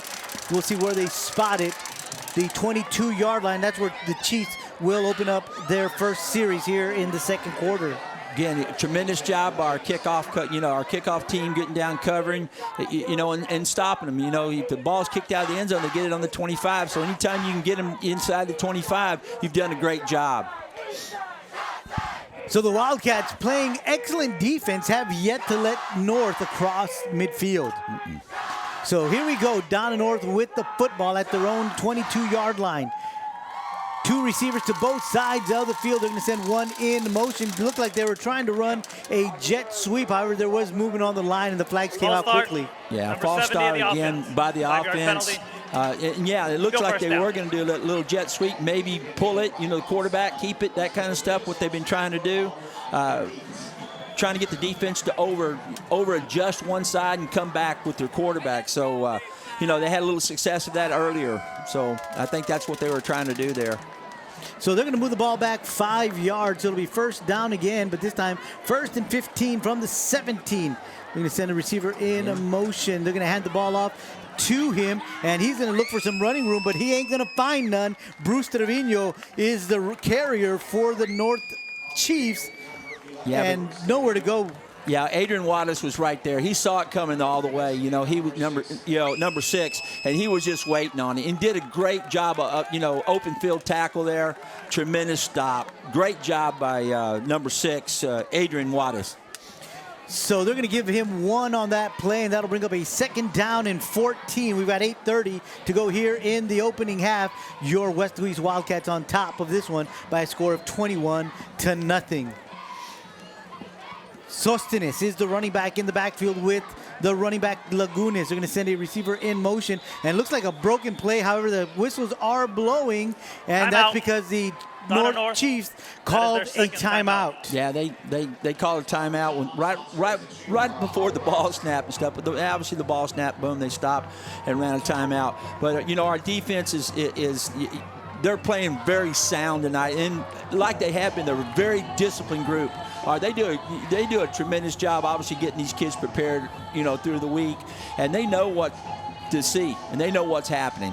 Yeah, they're absolutely keying on all their reads and following them the way they're supposed to, because they have pretty much been anywhere the ball has been. Absolutely. So they're doing. As you can see, they are, because and that's the thing about defensive football. Everybody's got an assignment to do, and if you do your assignment and everybody does their assignment, then hey, you're going to have great success defensively. So Donna North, after the timeout, comes back onto the field. Once again, they are faced with a 2nd down and 14. They're going to keep Lagunas in at quarterback. However, Alex Benavides is back on the field with him in the backfield. 2 receivers to the right, 2 to the left. They're going to send a receiver in motion, and that's going to be Ray Dena with a jet sweep to that side, and he's going to be brought down behind the line of scrimmage. But there is a flag, and they may have grabbed his face mask when they tried to bring him down. Yeah, they may have. Right there, a great job by Jordan Velasquez, number 20, our corner to that side. Good job inside pursuit by our linebackers, getting down the line. So, again, a loss of yardage, but let's see what the flag is here. Well, it's against the Wildcats. I'm still waiting for the referee to give us the call. After the play, personal foul. Number 21 of the defense. 15-yard penalty, automatic first down. Yeah, Joel Longoria got, caught there with something, whatever it was. Probably, that kid's got a great motor and stuff. Sometimes, like you said, after play, you got to kind of calm down a little bit. But, hey, it's all right. Got to make this up. Chiefs with the ball, 1st down and 10 from their own 30-yard line. Sostenes, the handoff quickly off to the right side, looking for some running room. Not much found. He's going to be dropped after a 2-yard pickup, bringing up a 2nd down and 8. Yeah, good job there by Leo Guerra, one of our defensive, the defensive tackle to that side. Came off his block and made a great play there. Him, along with number 45, Emmanuel Ordonez. Good job by both those young men. So he's going to get a generous spot. They're going to say they gave him 3 yards, so he can bring up a 2nd down and 7 from the 33-yard line. 7:21 to go here in the opening half. 21-0, your Wildcats are leading. 3 receivers to the left, 1 to the right. Sostenes is the lone back in the backfield. Lagunas is going to keep it. Looked like there was a little confusion there in the backfield. He's going to bring it out across the 35 for about a 4-yard pickup. They're going to say out to the 37. Yeah, Lagunas did a good job right there, because I'm not sure the back. He was trying to get the mesh with the back and stuff, but he knows that he couldn't hand it off, so he took it himself. So actually, it's a pretty good, smart play by Mr. Lagunas there. 3rd down and 3 for the Chiefs. 2 receivers right, 2 to the left. Benavides in the backfield with Lagunas. Lagunas looking over to the sideline. Now he's got everybody set. He's going to keep it, and the Wildcats hitting him in the backfield. So there's going to be a loss of 1 on that play, bringing up a 4th down and 4. There again, Emmanuel Ordonez right there on the play. He's having a great game tonight. Right there off the read, boom. Great form tackle. Freddie Cardenas right there on there. Big old number 72 also for the Wildcats. Isaiah Martinez right there on the play.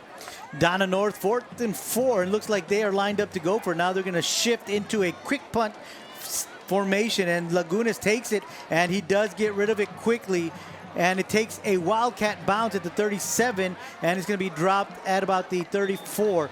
They're going to say that the Wildcats touched it, but I didn't see any Wildcats in the vicinity. Even around it. Now the guys in the striped shirts are going to say that it did touch a Wildcat.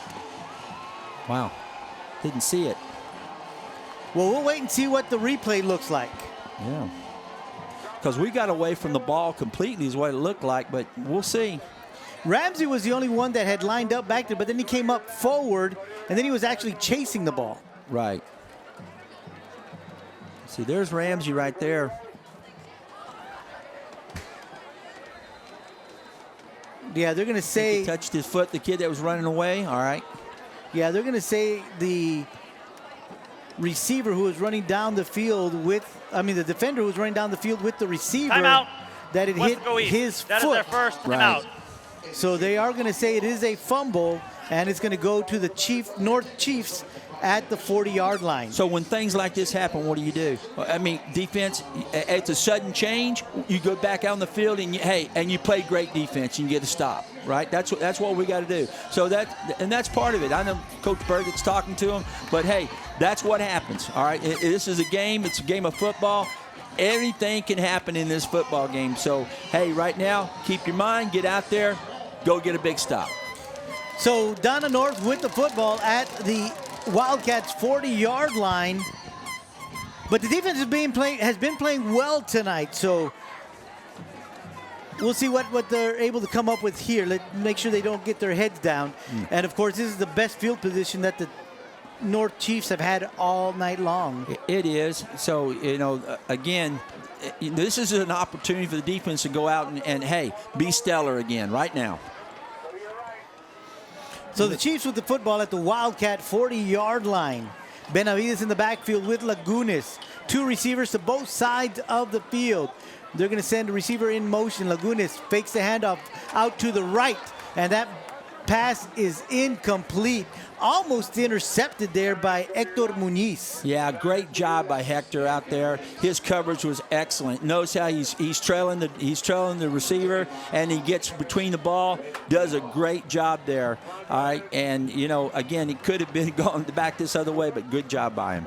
Same formation for the Chiefs. This time Laguna is going to keep it. He's running up the middle, has a small hole, and is able to pick up 8 yards on that play. Yeah, again, running the zone read on the inside and stuff. Quarterback's keeping it off, and, they did a good job of executing that play and got some good positive yardage. So 3rd down and 2 at the 32-yard line. It's been their best play so far in this game, this little zone read power play that they're running with their quarterback. So. Well, you mentioned earlier that Lagunes is a very good athlete. He is their leading rusher as the quarterback. Yeah, he is. And so he's a pretty athletic young man back there in the backfield leading these Chiefs. Benavides with the handoff, and he's hit at the line of scrimmage and brought down after a 1-yard pickup. So this is going to bring up a 4th down and 1, and they're pretty much in 4-down territory here. Yeah, good job there by Jordan Velasquez right here. You'll notice the big hit as he comes in here and makes a great play. So does our nose guard, 72. I've been watching him playing. That kid does a good job of getting down the line. He was really first on the contact, was, big number 72, Isaiah Martinez. Good job by him.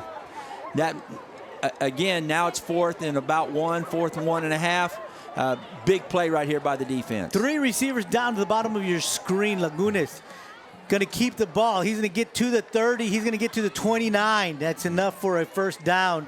So this is only the 2nd 1st down for the Chiefs here tonight. Yeah, they did again, that's pretty much sure that they were going to do. They were going to give it to, obviously, Lagunes. They need a yard. They're going to put it in his hands. So, good job up front by the offensive line for the Chiefs.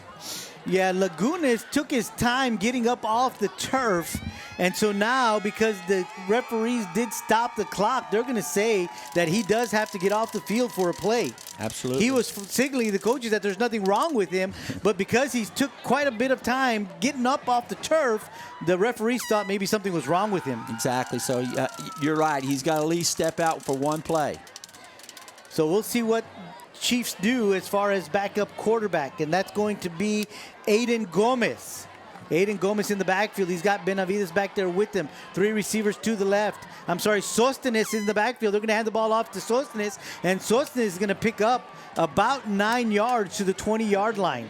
Yeah, they're starting to run straight at East right now, and you're trying to run East and West on these guys because of the speed that East has. So, our linebackers, they're going to, hey, we got to stop this right now. They got to come up and, make some big plays right here. Got timeout. Weslaco East. Yeah, Weslaco East is going to call a timeout to stop the bleeding here. We've got 3:29 to go here in the 1st half. It's your Weslaco East Wildcats 21, the Donna North Chiefs 0. We'll be right back with 2nd half action right here from Bobby Light Stadium.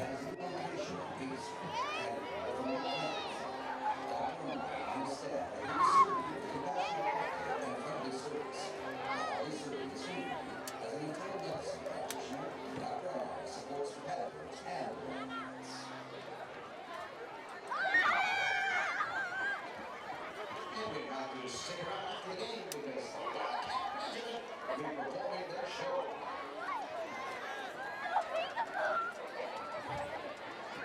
Welcome back to Bobby Lackey Stadium here for the district opener between the Weslaco East Wildcats and the Donna North Chiefs. I'm Joe Aguilar alongside Coach Rock. The deepest that Donna North has had the ball is at the 20-yard line of the Wildcats. Second down and 1.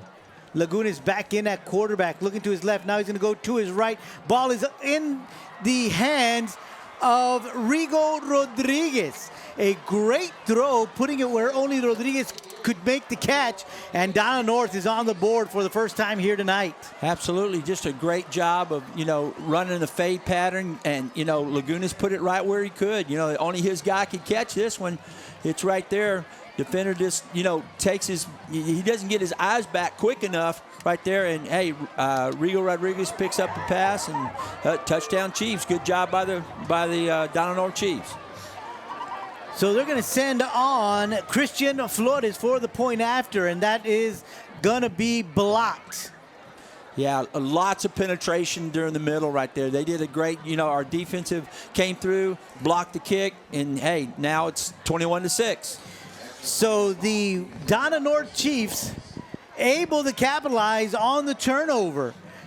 Picked up the ball at the 40-yard line of the Weslaco East Wildcats and marched down the field, putting it in the end zone. A 20-yard pass from Jesus Lagunas to Rigo Rodriguez for their first score of the night. Point after, no good. We've got 3:19 here to go in the second quarter. It's now the Weslaco East Wildcats 21 and the Donna North Chiefs 6. Wildcats doing really well tonight. We've seen a lot of running backs. Yeah, we have. They've played a lot of different kids, on and out. Just kind of like, in that situation, offensive stuff. You do a punt or whatever, you get a good return. You get a punt recovery, this kind of stuff like Donna North got right there. Like I've been saying all year long, it's a lot easier to travel 30 yards than it is 70 yards in high school football, and that shows you right there. It's not easy to stop someone that gets the ball inside your 30. It's just tough. It's tough to do because a lot of kids at that, they're excited, they want to score. Boom, and they got a good opportunity to score, so it's really hard to stop them. So you can't make those type of crucial mistakes, even though you don't know it. I mean, our young man, he hit his foot. He didn't even know he was trying to get away from the football, but it happens. Well, he was actually blocking down the field is what he was doing, so he had no idea where that ball was at because he had his back to the ball. So this is going to be a pooch kick, and Donna North is going to catch it, but I think he was out of bounds. No, they're going to say he's inbounds. Donna North ball. Perfectly executed pooch kick, and it was caught by Gerardo Hinojosa at the 40-yard line, and that's exactly where they had the ball as they started their last possession. Exactly. So, the momentum is it kind of shifting to obviously to the Chiefs right now. They come out here and say, hey, listen, we got nothing to lose. We're going to have to get it and get the ball. Yeah, he got 1 foot down according to the replay. Yep. We were kind of shielded with the Wildcats because of where we are at. But 1st and 10 for the Chiefs at the 40-yard line of the Wildcats. They're going to send Aiden Gomez back in at quarterback, and the flags come out quickly. So that's going to be another false start charge to the Chiefs. And if I'm not mistaken, that's the third one of the night. Yeah, it is. They take Lagunas out right now, and they put Aiden in to run the offense. So they're going to move him back 5 yards. We're going to repeat first down, 1st and 5 from the 45-yard line. 3:09 to go here in the first half. Weslaco East on top of this one by a score of 21-6. 3 receivers to the right this time. They're going to hand the ball off to Benavides. Benavides looking for some running room, and look who is chasing him down. Yep. Number 3, Freddie Cardenas, all-stater right there. Tremendous job up front, down the line. Hey, making them stretch the play, as you can see, and boom, great job. No place to run inside, definitely no place to run outside. So they lose 5 yards on the first play due to a false start, so they repeat first down, and then they do get to run a first play on first down, and they lose 3 yards. So on this drive here, they've already lost 8. Exactly. So 2nd down and 18 from the 48-yard line. 2:28 to go here in the opening half. Clock is ticking. 2 receivers to the left, and we've still got Aiden Gomez in at quarterback. Bad snap. And he had to reach up high for that one, and he's gonna try to run this one off to the left. Looked like they wanted to run a jet sweep to the left, so he decided just to follow the receiver, and he's gonna pick up maybe 1 yard on that play. Yeah, we had a host of Wildcats out there making that play, led by Freddie Cardenas and stuff. So obviously number 6 too, getting to the ball. Adrian Wattis, tremendous job, everything on this side. Good job, great job of defense right there. Again, lost a couple yards, so. Here it is now, third in, a long ways. Third down and 17 from the 47-yard line. Line to gain is the 30. Aiden in at quarterback. Stosenis going to take the handoff. Has a little bit of room on the right side. Going to get to the original line of scrimmage to the 40, but that's going to bring up a 4th down and 10. Yeah, now it's 4th and 10. Let's see what the Chiefs are going to do right here. Defense obviously did a great job of stopping them, keeping them back. They got a good little run right there, all right? But, again, we have our inside linebackers on the play doing a good job. Timeout. Weslaco East. That is their final timeout. With only 1:12 to go here in the first half, it's pretty much four down territory. Exactly. I don't foresee them punting or attempting a field goal from this yardage, because this would bring up maybe about a 57-yard field goal, if at that. So I got to say that North is going to go for it. Yeah, they want to put more points on the board here before the half and stuff, because obviously East is going to get the ball, start the second half, and they want to keep it out of obviously East's offensive hands, because every time they've had it, they've moved the ball great and scored. So obviously, the Chiefs, they want to keep control of the football. They don't want to put the offense back out. So Ramsey thinks they're going to punt it, so he's going to go back to the 20-yard line. Well, they're going to bring back Lagunas in at quarterback. Remember last time they did this, he also quick punted. He's going to roll out to his right, looking for a receiver. Ball is in the air, and it is incomplete. So the ball's going to go over on down to the Wildcats with 1:06 to go here in the first half. Exactly. We got great field position right here. So, we need to get that quick offense going on right now, get that 2-minute going, and get down the field and, try to get some positive points here before the halftime. So 1:06 to go here in the first half. Your Weslaco East Wildcats on top by a score of 21-6. After the stoppage, they're going to take over at the 40-yard line of the Chiefs. Yeah, good job by the defense. After they get that kickoff recovery. So here we go. Cedeno under center, going to toss the ball, but we've got a flag on the play, so we'll see what that is. Donna North. No flag. It's a timeout. Yeah, they called timeout and stuff, but man, I wish they wouldn't have, because there was a lot of room down the sidelines. All right, but it may be because everybody stopped, but still, it looked like that was going to be a great football play for the Wildcats. Well, that is the last timeout for the Chiefs with 1:03 to go here in the first half. Wildcats 21, the Chiefs 6. Real good offensive outing here in the opening half for the Wildcats. They've been able to move the ball.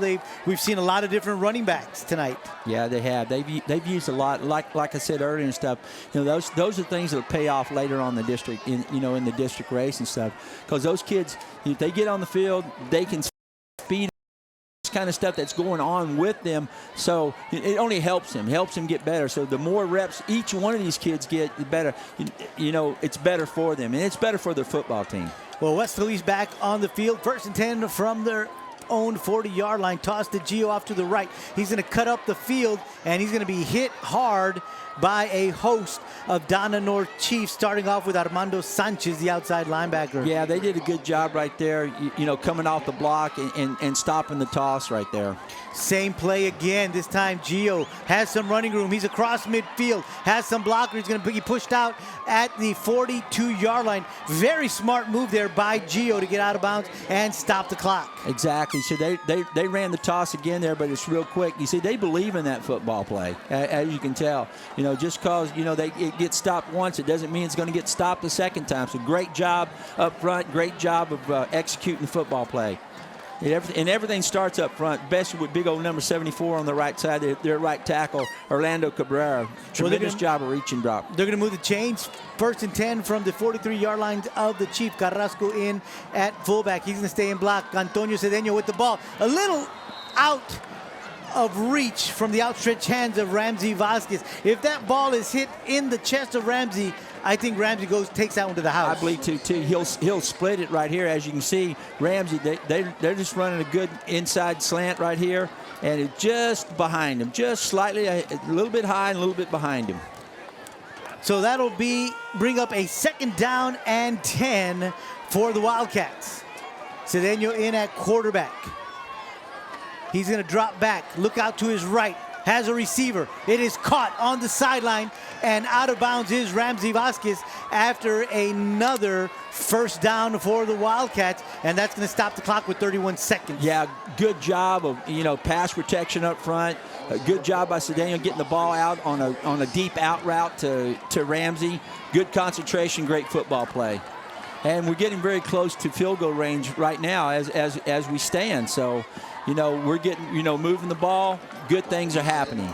Well, they're going to send 2 receivers to the right, 2 to the left. Carrasco in the backfield. Ball is on the ground, and it's going to be recovered by Donna North. Yep. Just a, low snap, that type of thing. And then, Cedeno trying to pick it up, but he doesn't get handled on the ball. And, defenders coming. They, great play by the Donna North Chiefs. Looked like there was a little confusion there in the backfield as far as where the running back was supposed to go and block. And Cedeno took his eye off the ball just momentarily, just enough for him to lose sight of where the ball exactly was. And, of course, as you mentioned, Coach, it was a little bit of a low snap. So fumble and recovered by the Chiefs, and they'll take over at their own 40-yard line with 27 seconds here to go in the first half. They're going to send Aiden Gomez back in at quarterback. Play action with some flags on the play. Yeah, Chiefs are sitting there trying to run their, GT Ball counter. Start. Number 70 of the offense. 5-yard penalty.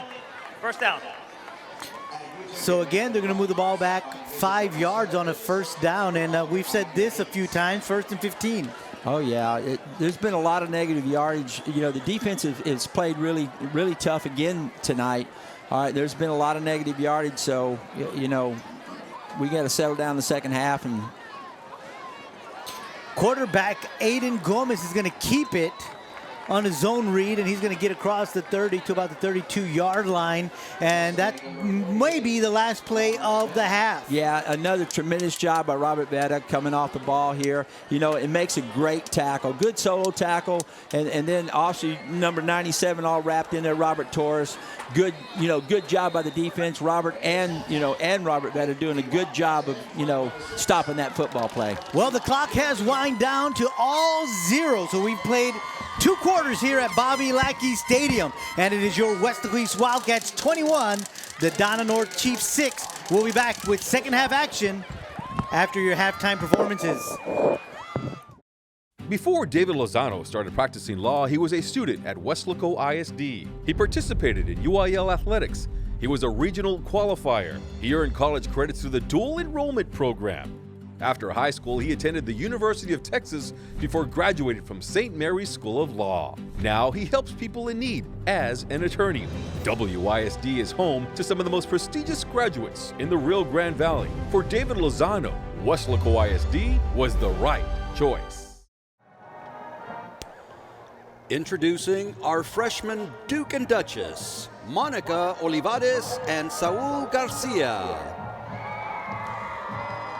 Monica is the daughter of Mr. Jorge Olivares and Miss Marcela Trevino. Monica plans to attend Texas A&M University and major in psychology. Monica is a member of the Weslaco East Student Council. Saul is the son of Mr. and Mrs. Guillermo and Cynthia Garcia. He plans to attend the University of Texas at Austin and major in kinesiology. Saul is a member of the Wildcat football team and Student Council. Your freshman Duke and Duchess, Monica Olivares.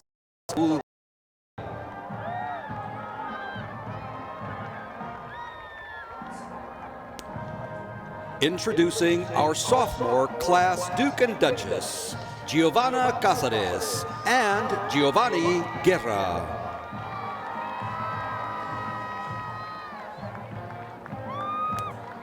Giovanna is the daughter of Mr. and Mrs. Juan and Yvonne Casares. Giovanna plans to attend Texas A&M University and major in biomechanics. She is a member of the Weslaco East cheerleading squad.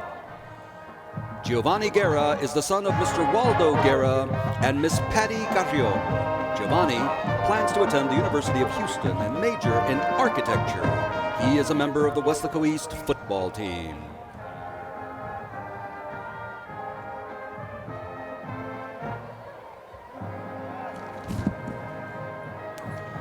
Introducing the junior Duke and Duchess, Giovanna Elizondo and Giovanni Hernandez.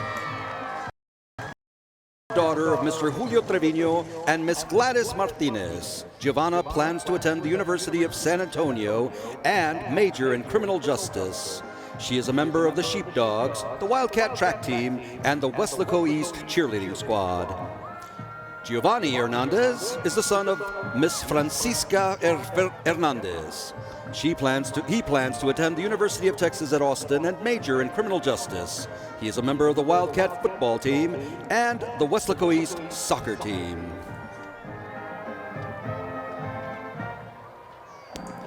And now for our finalists for Homecoming King and Queen. Introducing Andrea Cruz and Caleb Casas. Andrea is the daughter of Mr. and Mrs. Arnulfo and Veronica Cruz. She plans to attend Trinity University and major in biomedical engineering. Andrea is president of the National Honor Society, member of the Interact Club, and the Business Professionals of America.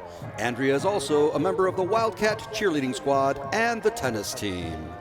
Caleb Casas is the son of Mr. and Mrs. Hector and Cynthia Casas.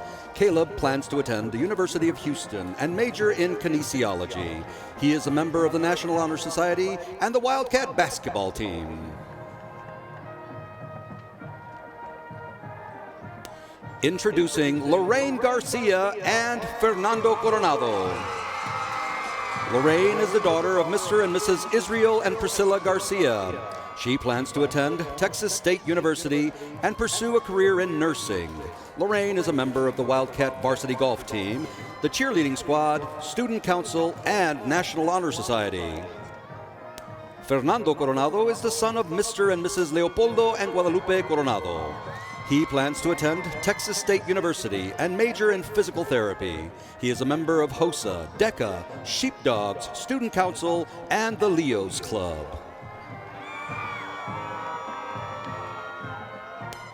Introducing Alessandra Gijon and Ezequiel Palacios. Alessandra is the daughter of Mr. Alvaro Gijon and Mrs. Maria Sauceda. She plans to attend St. Edward's University and major in forensic science. Alessandra is a member of the Sheepdogs, the National Honor Society, and the National Arts Honor Society. Ezequiel Palacios is the son of Mr. Eloy Palacios and Miss Lilia Martinez. Zeke is an outgoing student who loves to help in the classroom and enjoys making friends. In his spare time, he enjoys dancing and listening to Justin Bieber. Ezequiel is a member of JROTC and is a Special Olympics athlete competing in basketball and bowling. Introducing Victoria Mena and Nathan Cannon. Victoria is the daughter of Mr. and Mrs. Ramon and Adelia Mena. She plans to attend the University of Texas at Austin and major in music. She is a member of the Business Professionals of America, the National Honor Society, historian of the Interact Club, and serves as head drum major for the Wildcat Regiment. Nathan Cannon is the son of Miss Angela Herrera. He plans to attend the University of Texas at San Antonio and pursue a career in architecture. He is vice president of the Theater Club, historian for Student Council, and is a member of the Health Occupation Students of America. And introducing Anissa Navarro and Leonardo Alvarado. Anissa is the daughter of Mr. and Mrs. Adrian and Jennifer Navarro. She plans to attend the University of Austin, Texas, and pursue a career in the field of nursing. She is parliamentarian for the Weslaco East Student Council, historian for Health Occupations of Students of America, and is a member of the Wildcat powerlifting team. Leonardo Alvarado is the son of Mr. Daniel Llanas and Miss Elizabeth Alvarado. He plans to attend Universal Technical Institute and major in diesel mechanics. Leo is a member of the Wildcat cheerleading squad, the Sheepdogs, and a member of the track team.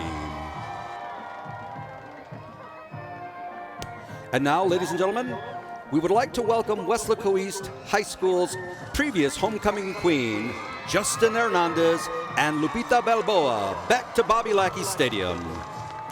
Thank you, Justin and Lupita, for taking the time to help crown tonight's king and queen.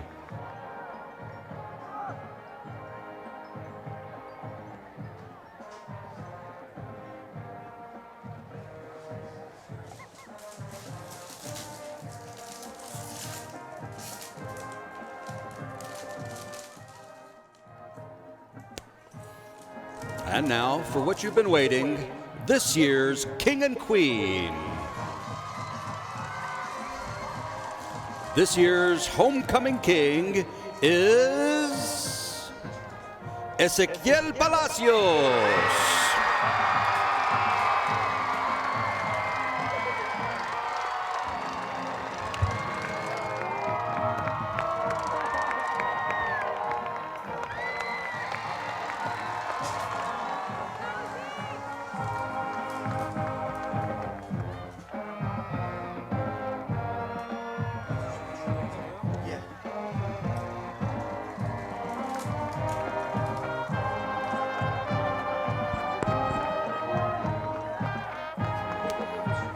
And this year's homecoming queen is Anissa Navarro.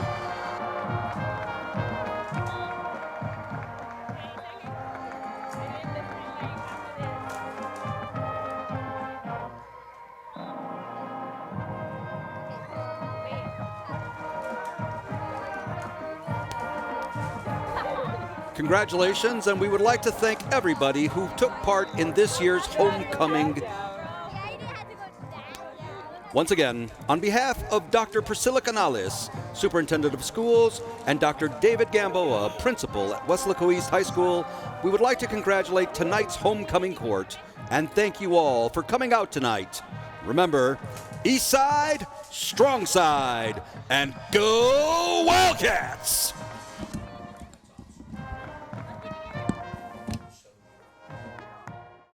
Before Clarissa Renteria was a dentist, she was a student at Weslaco ISD. She was a cheerleader, played softball, and started college early through the dual enrollment program. She graduated from UTPA before earning her degree from the University of Texas School of Dentistry in Houston. Now she is Dr. Renteria, creating beautiful smiles at Professional Dental Group. Weslaco ISD is home to some of the most prestigious graduates in the Rio Grande Valley. For Dr. Clarissa Renteria, WISD was the right choice. Out here, I'll play, I'll work. Let's go, baby.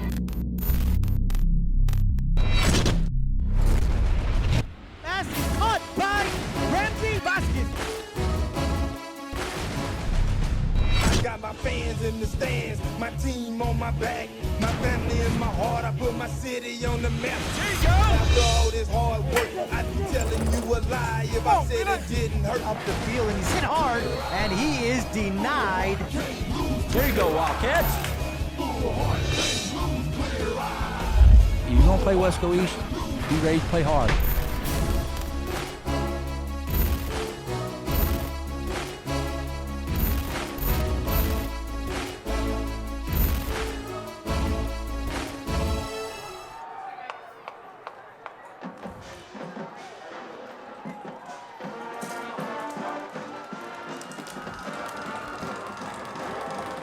Welcome back to Bobby Lackey Stadium here in Weslaco, Texas.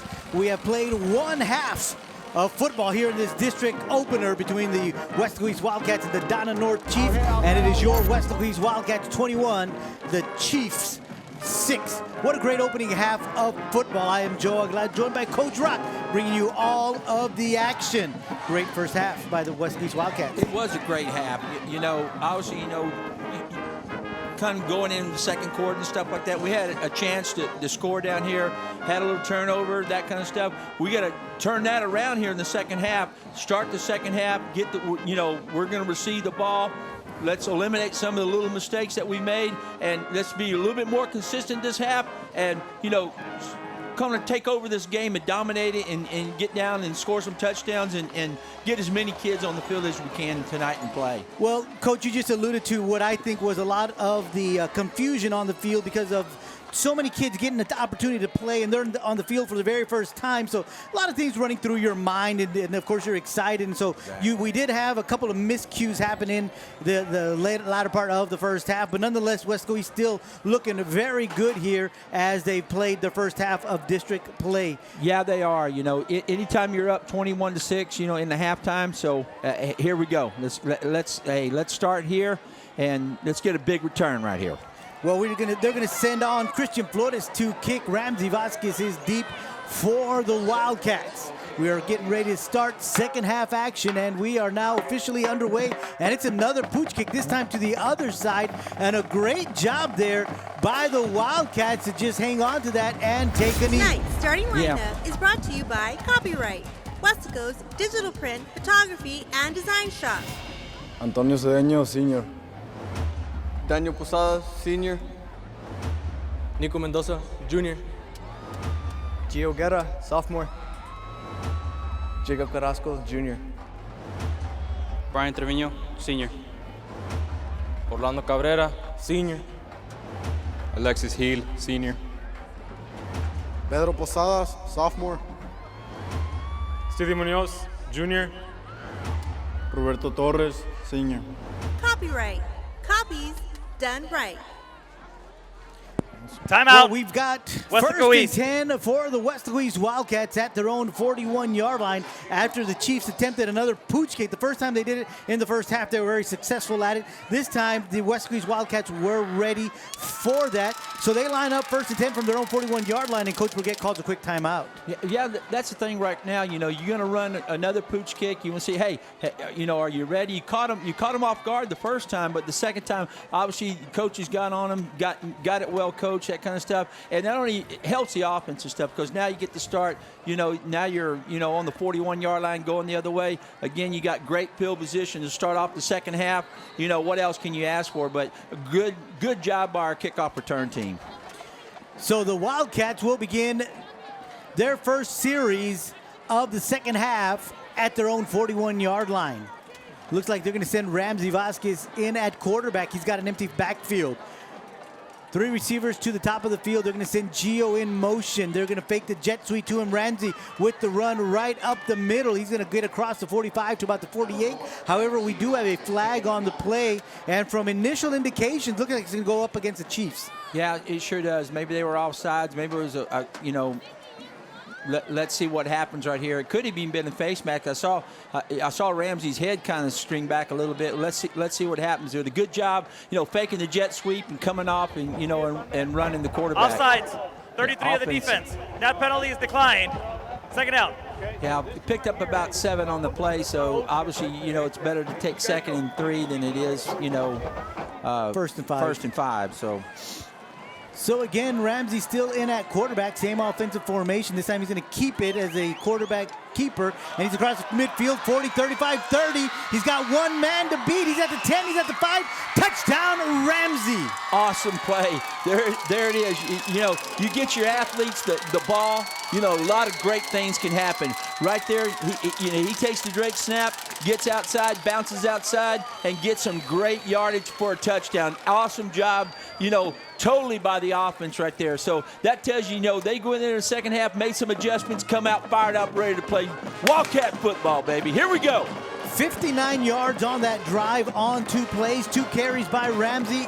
Second one, 53 yards to the house. That is Osvaldo Lerma on with the kick. And just like that, with 11:27 here in the third quarter, it is now the Weslaco East Wildcats 28. 6. There you go. Hey, that again, how do you want to start off every half? Well, if you can start off by scoring touchdowns, start off a half, that's what you want to do. But tremendous job, of kids coming refocused, coming off from the second half, coming into the second half from halftime, coaches settling them down, getting their minds back on playing great Wildcat football, and it showed on the field. Yeah, the Wildcats started off with the first 3 possessions, taking all 3 possessions to the end zone, and the second half started just like they started the game. First possession right to the house. Absolutely. Tremendous job. Now we can, go down there, get a good kickoff, get down there, make a great stop. Never know, could separate the ball. Hey, get a turnover right now, be really huge. Ray Dena and Aiden Gomez back deep to try to return the kick from the Wildcats. On the kick for the Wildcats is going to be Osvaldo Lerma, who just successfully added the point after we just started off here. The third quarter, we played 33 seconds, and the Wildcats have already put points up on the board, lead 28-6. So Lerma getting ready to kick off to the Chiefs. This one is on its way, and it looks like it's in the direction of Dena. Dena's going to take it at about the 13-yard line, looking for some running room. I mean, it's 17-yard line. He's going to get across the 20, but not much going for the Chiefs return man, Dena. Yeah, great job by the total defensive coverage and stuff right there. There were 10 hats on the ball. There was one back, but he's a safety, and if they bounce out and stuff, you got to have a guy there to, make the tackle. But there was a lot of hats around the ball right there. So tremendous job, tremendous coverage by the defense, by the kickoff team. So they'll start their first series here on the 22-yard line. 1st and 10 for the Chiefs. Look like they're going to send Aiden back in at quarterback. No, they're not. They're going to send Lagunas is back in at quarterback. So Lagunas is at quarterback, and the first play from scrimmage does bring out another flag. 78 of the offense. Now, we've said this several times in the first half. 1st and 15 for the Chiefs, and they start off the second half just like that again. Just again, they get a 5-yard penalty because, as far as, holding still, that kind of stuff. But again, sometimes it's hard when you hear snap counts and stuff. So, it looks like the Wildcats they're back in those split defense tonight. They've been running their 3-4, so that could be the change right now. Quick handoff to Alex Benavides. Benavides looking for some running room, but he is not finding anything. Sostenes is the running back. Sostenes is looking for some running room, but can't find anything in that tough Wildcat defense. Absolutely. See, they've gone to a 4-man front. They've been running a 3-man front, the last, every game so far. But, generally that's their defense and stuff. But, good job, good change-up coming in the second half. That changes the blocking schemes a lot for an offensive line and stuff like that. So you stay in one defense and stuff, they get kind of comfortable. But right now, the Wildcats are changing up the defensive fronts and stuff, making it a little bit harder for them. So that'll bring up a 2nd down and a 15, because we're going to say that there was no gain on that play. We've got 10 minutes and 25 seconds. The clock is taken here in the third quarter, and the Wildcats up 28-6. Donna North taking their time here in this play here. Play clock is down to 15, and they're barely breaking the huddle. Yep. So they're getting their way to the line of scrimmage. They're going to send 3 receivers to the right, 1 to the left, and it's going to be Sostenes alone running back in the backfield with Lagunas. Lagunas takes the snap, fakes the handoff, and throws the ball quickly out to his right, and it is caught by Bruce Trevino. And Bruce Trevino is going to bring that ball out to about the 31-yard line. Yeah, good job of pitch and catch there by the Chiefs and stuff. So, illegal but we man haven't. Downfield, number 54 of the offense. 5-yard penalty. Repeat 2nd down. Yeah, I had a penalty right there. Obviously, one of the offensive linemen got a little bit deep downfield and stuff on the pass. So there he is. Yeah, absolutely. Yeah, a great play there by the Chiefs, or for the Chiefs, better yet, and it is nullified with yet another penalty. So the Chiefs here in tonight's ball game playing behind the chains quite a bit. Yeah, they are. You hurt yourself there. 2 penalties straight in a row. 2nd down and 20.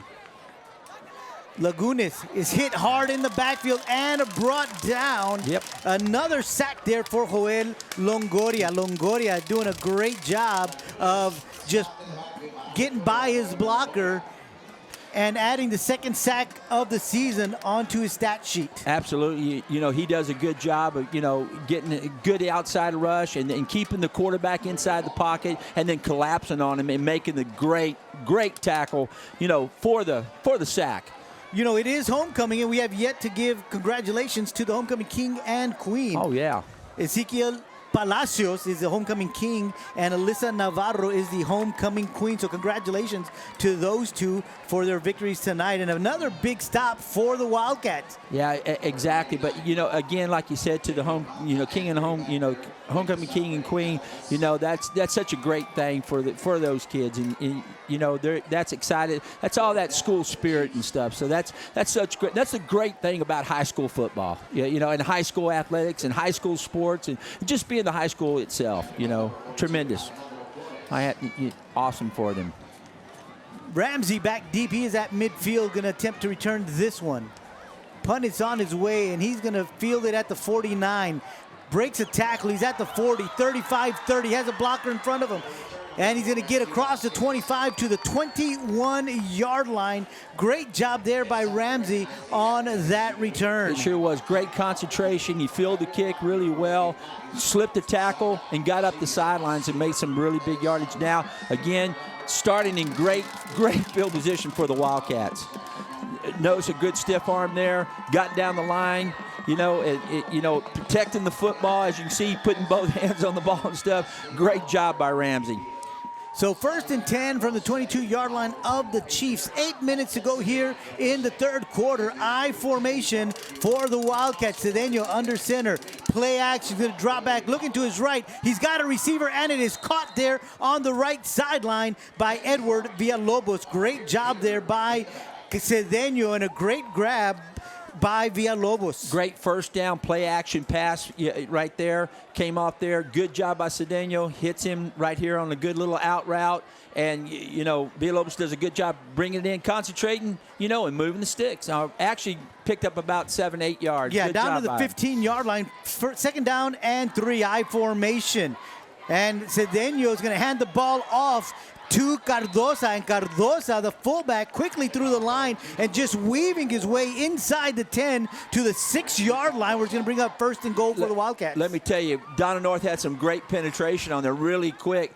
Good concentration by the quarterback and the fullback as far as the mesh and getting the handoff, because that was a bang play there. So tremendous job by both those young men, and good job blocking up front. 1st and goal from the 6. Toss to Gio off to the left. Some good blocking ahead of him. Cardoza is leading the way, and Gio is in the end zone for the 3rd time tonight. Yeah, you know, I guarantee you know, number 7, Steely Munoz right there did a great job of reach blocking him from his left tackle position and then getting the ball out there. Our fullback did a good job of lead blocking, and hey, there he is. Gio is down the sim, and there he is, number 44. You can nose him out there. Randy Cardoza laying a great block, and him, you know, Gio following his block really well. Lots of, you know, patience, and boom, touchdown. Good job.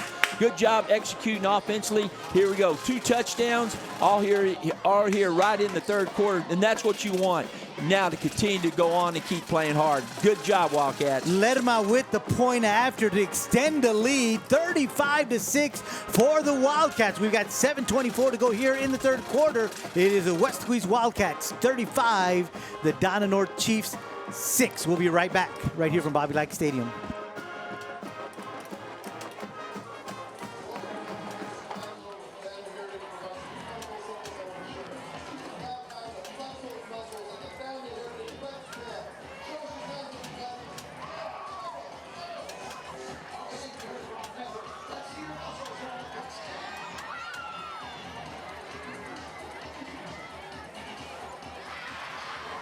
Welcome back to Bobby Lackey Stadium here in Weslaco, Texas.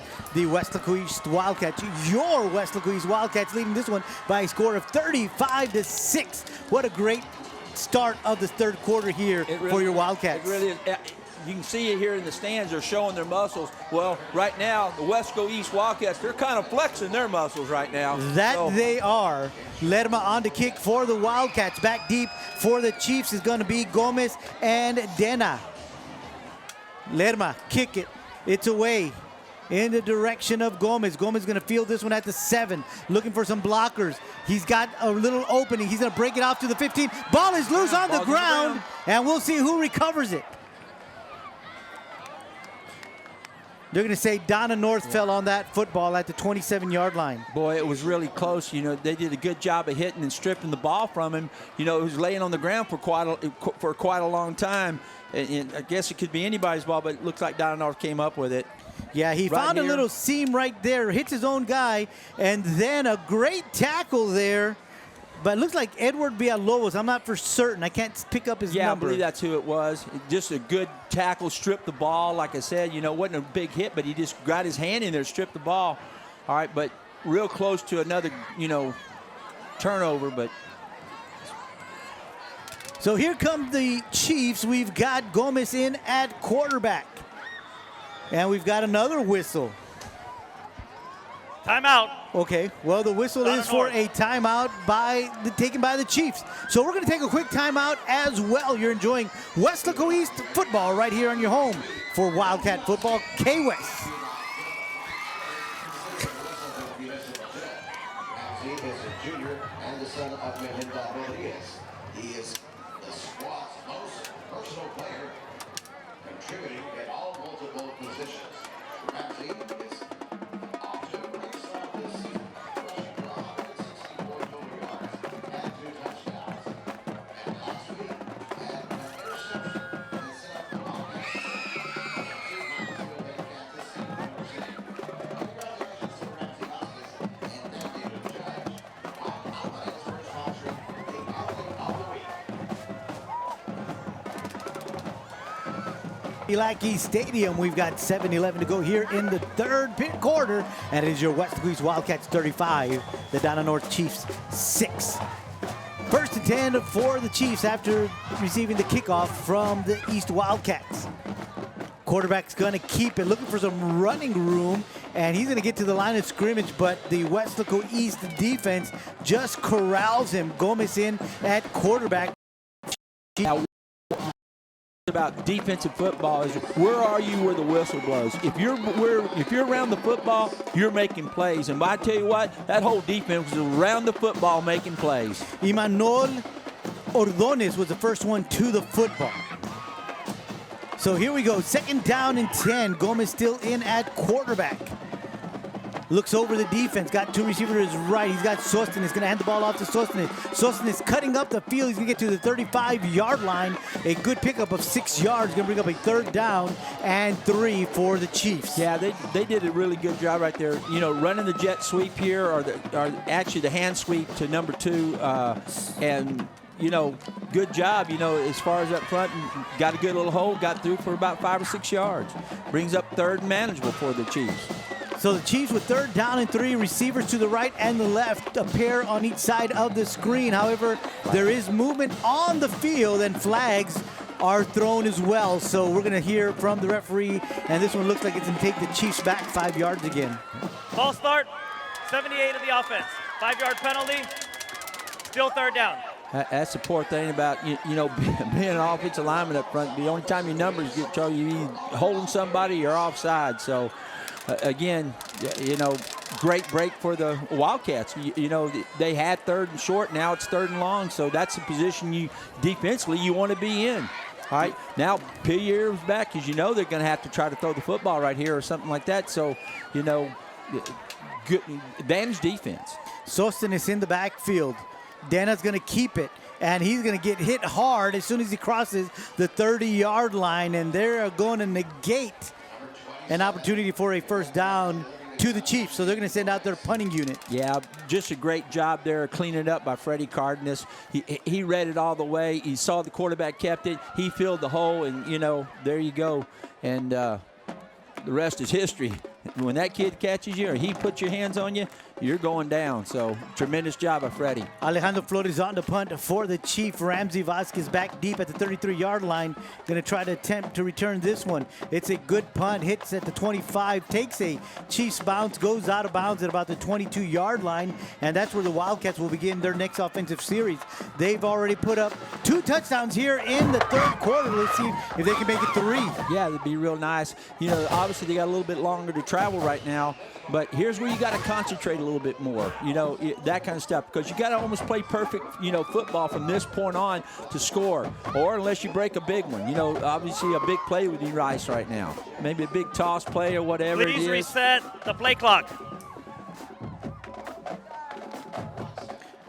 Antonio Cedeno, the quarterback, back in on the field. He's got an empty backfield. 4 receivers off to the left, 1 to the right. Cedeno quickly looks to his left. It's caught by Ramsey. Ramsey with a stiff arm, 35, 30, 40. He broke the tackle. He's at midfield. Big 45, play. 40, 30, Big play. 20, 15, 10. Ramsey Vasquez, 78-yard TD catch from the quarterback, Antonio Cedeno. And the Wildcats extend their lead here in the third quarter. Just a nice pitch and catch right there. And then, hey, what you know, and Ramsey just outrun the whole defense. You know, I mean, when you have an athlete right there, again, you put it in his hands. He's playing both sides of the ball. Man, I'm telling you, that's the, you know, you always look for one kid, you know, on your team. You know, you have a lot of great players and stuff, and I'm going to tell you, he is a big-time player for the Wildcats. Great job. Ledma comes in, adds another point to the scoreboard. We've got 4 minutes, 30 seconds left in the third quarter, and the Wildcats now up by a score of 42-6. The Wildcats had 4 receivers off to the left side of the field. Nobody in the backfield with the quarterback, Cedeno. Ramsey off to the right by himself, a quick 5-yard stop, and then he just stiff arms the cornerback. And after that, it was just off to the races. And there's nobody on that Chiefs team that's going to be able to catch Ramsey Vasquez. No, you know, once he got outside and he got past the first defender, and then it's a foot race, and obviously you know, advantage Ramsey. Advantage Ramsey. I mean, wow. And you know, and then obviously Cedeno had a great, you know, he had a lot of time to throw the football, that kind of stuff. You know, had no pressure on him whatsoever. So obviously up front they're doing a great job of protecting him. So you know, hats off to the whole offense right there. The offensive line doing their job up front.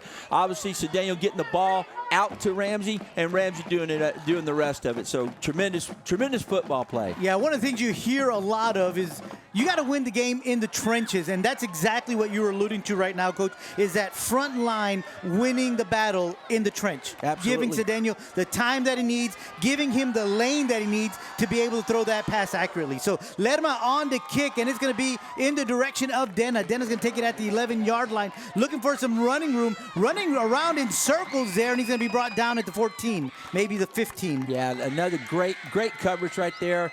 They got the ball out to about the 25, but great coverage, you know, again by the kickoff team, getting down and staying in their lanes, you know, and there's no place to run. Yeah, you know, he's looking, he's trying to make something happen. Obviously the returner, but you know, our defense is doing a great job of converging to the ball and and making great plays. Awesome job. So here comes Donna North back in on offense. 4:20 to go here in the third quarter. Wildcats 42, the Chiefs 6.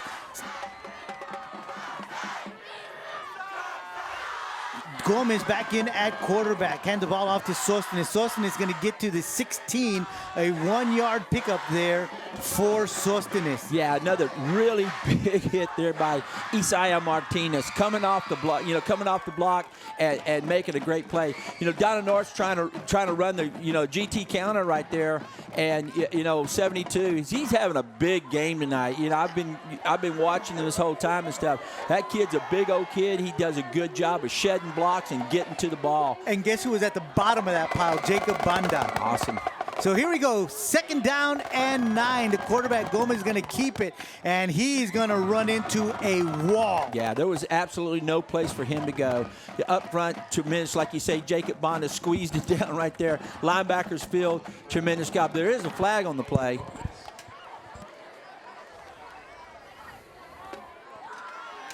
And I think this one's going to go towards against the Wildcats. Illegal shift. Number 7 Nope. of the offense. It's on the that offense. penalty is declined. Third down. Yeah, now it becomes a third down. Still third and long and stuff. But obviously, the smartest thing is to decline that penalty. So now you got third and long, and again, advantage to the defense. Yeah, 3rd and 9 from the 26-yard line. Gomez, the quarterback. He's going to have one running back in the backfield. They're going to send 3 to the top of your screen. Handoff is to the lone running back there, Sostenes, and he's only going to pick up 1 yard. Yeah, right there. They're trying to maybe catching the defense, running up the field, that kind of stuff. Try to break something, but kids playing real deep. Playing very, very disciplined, coming off the blocks, coming back in and making a great stop. Yeah, great job there by Oscar Marin making that stop on the punt. Alejandro Flores back deep is Ramsey Vasquez at about the 35-yard line. The punts are going with the wind, so Ramsey's going to fair catch this one at the 41, 42-yard line. Yeah, great job there by Ramsey. It sure was a good job, because it was kind of a really high punt, but it wasn't very long and stuff. So he had to come up, and field it. And that, I'm sure Ramsey, when's it ever going to come out of the air and stuff? But he did a good job in that kind of stuff as far as fielding it. And again, giving the Wildcats great field position to start this next drive.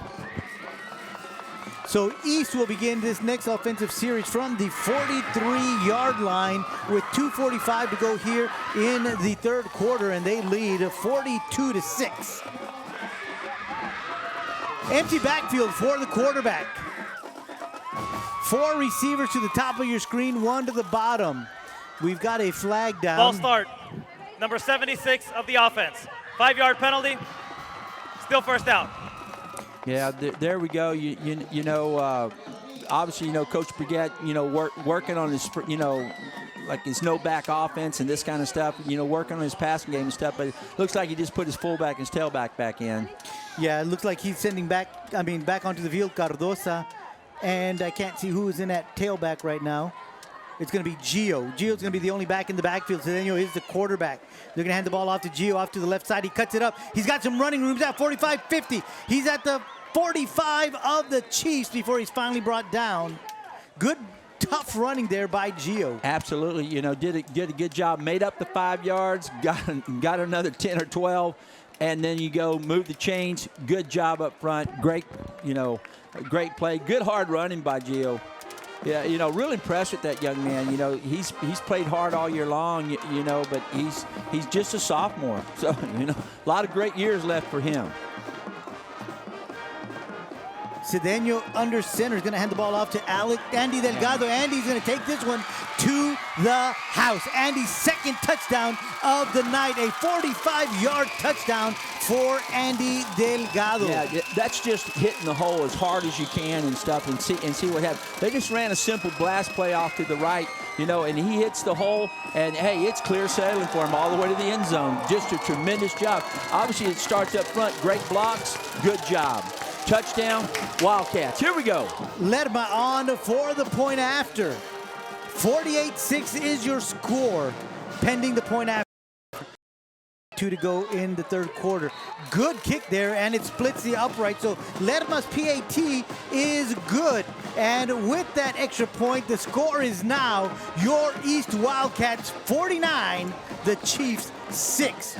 Great running there by Andy Delgado. Yeah, you can see the determination on his face. We got this great monitor up here. It looks like he's just running right through there. Tremendous job by him. And you know who is screaming at the top of her lungs right now? Probably that little daughter's of his. Adeline Delgado is screaming at the top of her lungs that Daddy just scored his second TD. Awesome. I bet you the whole Delgado family's happy because, I remember coaching his brother some years back, Martin. I'm sure a little shout out to Martin too, his brother. So, that family has been in the East family for many years. So they got a lot of children and stuff. So, they just, they keep producing some great athletes and stuff for the East program. Yeah, a lot of deep roots here in the East program with great families producing great athletes and just great young men in general. Absolutely. So 49-6 is your score here from Bobby Lackey Stadium. The Wildcats on top of this one. 1:49 to go here in the third. And it's been all Weslaco East here tonight. Yeah, this third quarter is obviously a Wildcat quarter. Absolutely. Tremendous job by our young men. 28 points here in the third quarter produced by the Wildcats. Kickoff to about the 15. It stays in the field, and Dana's going to have to pick it up at the 15. And the Wildcats, great job pursuing. I don't think the Chiefs were ready for that kick. No, they weren't. You know, the ball kind of laying on the ground and stuff. But it's one of those things when that happens, kind of lulls you to sleep defensively and stuff. They can pick it up and scoop, and get down the field. But our tremendous job again by our kickoff coverage. You know, breaking down, seeing what's happening, keeping the ball in front of them, and making a great tackle. Yeah, because that's a live ball. Yes, it is. So they're going to send Gomez back in at quarterback. Sostenes in the backfield. No, Sostenes is going to line up as quarterback. He's going to keep the ball in the Wildcat formation. Going to try to bounce this outside, but there is nowhere to go. No, they're again, we've been calling this guy all night too. Adrian Waters, number 6, right there to make the play. So, you know, he can see it. He bounces outside as he goes down the line. Okay, boom, there he is, number 6, right on the play. And, you know, the rest of the defense obviously right there too, but he makes the initial contact and does a great job coming off his outside linebacker play.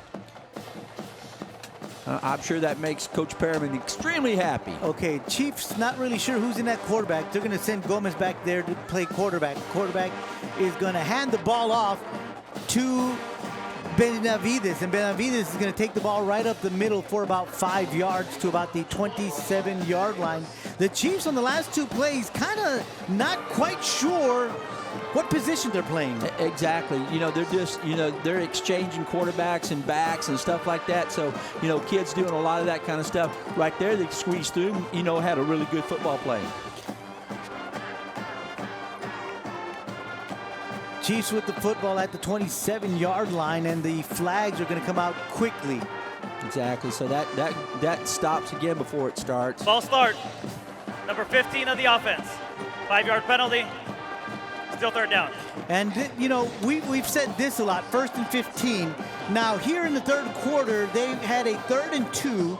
Here they had a 3rd and 3. And both times, false starts have moved them back 5 more yards. They're really struggling with that right now. They're having a hard time, up front. Maybe the movement of the defense, whatever it may be, but they're struggling with it. Gomez, the quarterback, and Benavides in the backfield with him. Play clock down to 3. Now it's down to 0. Yeah, they're just going to bring it down and start the fourth quarter. Okay, now we are official. There was a 1 second differential on the play clock and the game clock. Right. So the clock ran down to 0, and we have played 3 quarters here in Bobby Lackey Stadium. And it is your Wildcats 49, the Chiefs 6. We'll be right back with fourth quarter action. Awesome.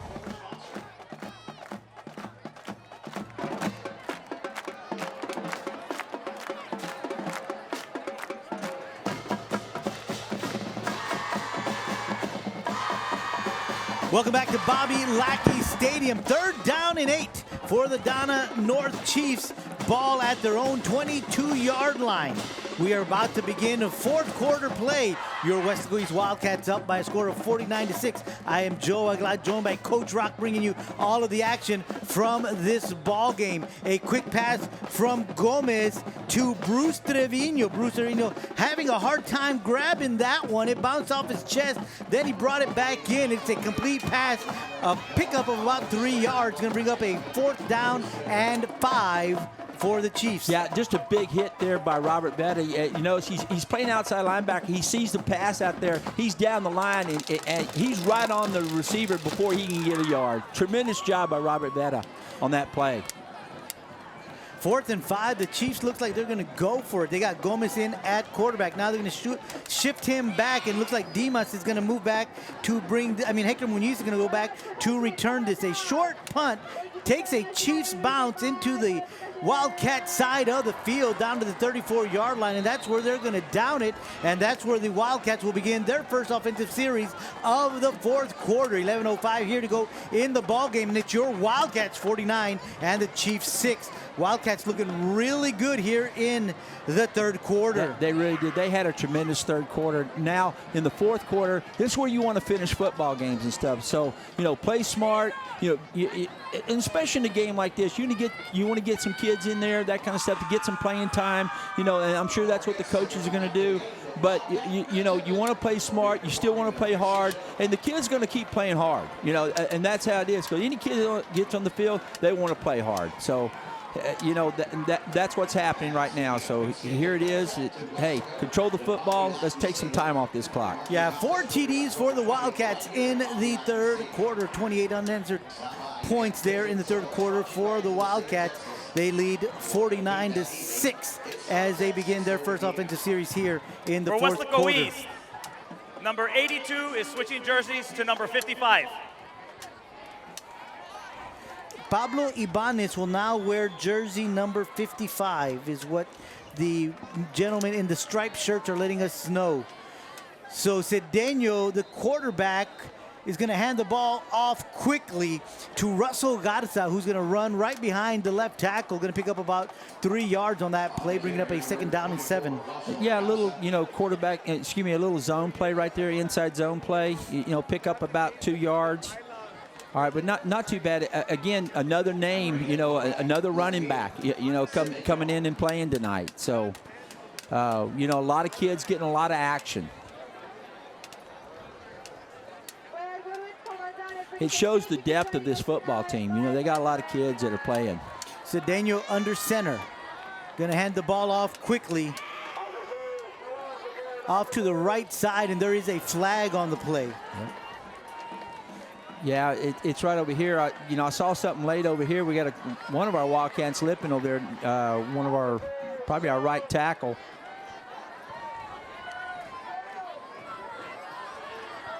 Cameras right in front of us. Wildcat faithful showing off their dance moves. There they are. All those young guys Illegal having block a below fun the time. waist. Number 11 of the offense. 15-yard so penalty. an illegal Repeat block second down. by the Wildcats going to move them back 15 yards. Those really hurt. They do. A lot of times what's happened there, you have one guy engaged up top, and then somebody comes down, low and, blocks a little bit lower on that kind of stuff. So you get these illegal chop blocks and stuff like that. So, sometimes it's kind of, the game's so fast, a lot of times you'll have that happen, but coaches work on that. You can't do that. You can't be engaged and another guy come block you and, that kind of stuff. So it's just one of those bang-bang type plays. So Cedeno with Cardoza in the backfield. They're going to send in a blitz, but Cedeno did a good job picking it up. And it's a pass, and it is incomplete. Daniel Posadas looked like he lost his footing there. He was just wide open. Yeah, he was. Cedeno put the ball right where it needed to be. He just, got his hands crossed or whatever it is, but a good pass right there. He's wide open. Just one of those things, you don't catch everything, but hey, it's okay. Good, the play was executed well, just didn't finish it. Yeah, great read there by Cedeno, the young quarterback. Remember, this is his first year at the varsity level and really his second game under his belt. Under center, grabs it quickly, and he's going to roll out to his right. Nowhere to run. He's going to come back to his left. Looked like there was a little confusion on the play. I think he was looking to hand the ball off, whatever, but the back went another direction or whatever. So there it is, kind of a busted play. Now we got 4th down. I'm sure we're going to be punting the ball away. Yeah, I want to go back to the previous play on the incomplete pass. The Chiefs were sending in the house. Absolutely. And again, we mentioned Cedeno. He is a senior, however, this is his first year as a starting quarterback. Last year, he was on the JV level. Right. But what a great presence of mind to know what was going on and to be able to know where your hot route was at. Absolutely. The kid was wide open. He outran the corner. Tremendous play. It just didn't happen for us. So Cedeno to punt. And it's going to take a Wildcat bounce going all the way down to the 42-yard line, the 41-yard line. That's where they're going to down it. So the Chiefs will take over at their own 41-yard line with 8:40 to go in the ball game, trailing the Wildcats by a score of 49-6. Yeah.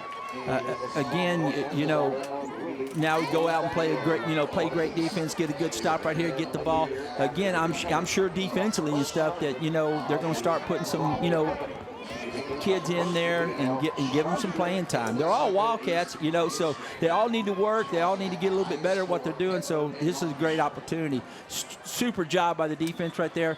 As you notice, everybody's swarming to the football.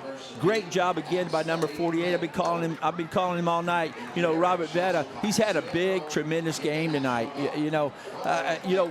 We call Freddie's name all the times too. He does. Obviously, he's a tremendous football player. They probably have two of the best, inside linebackers that they've had in many, many years at Weslaco East.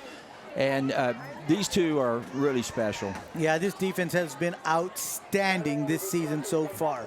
So here we go, 2nd down and 10 after no gain by Benavides, and the flags are out once again. Yep. And it's going to be another false start charged to the Chiefs. Now, we've been saying 1st and 15, 1st and 15. Now it's 2nd and 15 because there was no gain on the first down play. So once again, they move the ball backwards, so it'll be 2nd down and 15 for the Chiefs. Exactly. So again, that just puts him in a bad position. Now it's 2nd and 15. So it's something the coach is going to have to work on. Sostin is up. He's going to keep the ball, looking for some running room on the right. And he breaks a couple of tackles, tries to bounce it outside, and he's brought down at the 38-yard line. Great job there by the corner, John Animas, coming up to make that tackle. Yeah, tremendous job at number 16, John Animas. He did. He came back, made a good open field tackle and stuff. One of the hardest tackles to make, obviously, in football. You got to break down and get squared up and and get the guy. So good job by John, or good tackle by John. 3rd down and 13 for the Chiefs. 3 receivers to the left, 1 to the right. Sostenes is the quarterback, but once again, that ball is going to go backwards because the Chiefs are moving before this snap. Yeah. Again, movement up front again. So there it is. They just keep going backwards and stuff. So, it's hard to, sustain an offensive drive or an offensive play when you have to, start going backwards all the time, So it's got to be tough. This drive started at the 41-yard line. Now they're 3rd down at their own 33. So they've been playing behind the chains this whole second half. They really have. So 3rd down and 18 from the 33-yard line. Sostin is the quarterback, looking to his right. Ball is in the air. Incomplete pass. Yep. Great defense there by Animas. It really was. He trailed the ball really well. And in fact, the receiver had to put his hands on the defender right there. If there was going to be a flag, it would have been on the offense. Yeah, he quickly became the defender. Yeah, absolutely. Is what happened there. So they're going to send in the punt unit, and on the punt is Alejandro Flores. We should get some great field position out of this. If we can get a clean field of the kick here, man. And they're punting into the wind this time. Yep. It's a short one. Right. Takes a little bit of a Chief bounce to about the 44-yard line for the Wildcats. And that's where they're going to take over. Needless to say, we get great field position here now. So, right here, I'm sure Coach Berg is down there talking to him right now. Hey, concentrate. Don't make mistakes. Let's just play sound offensive Wildcat football right now, and let's finish up this game.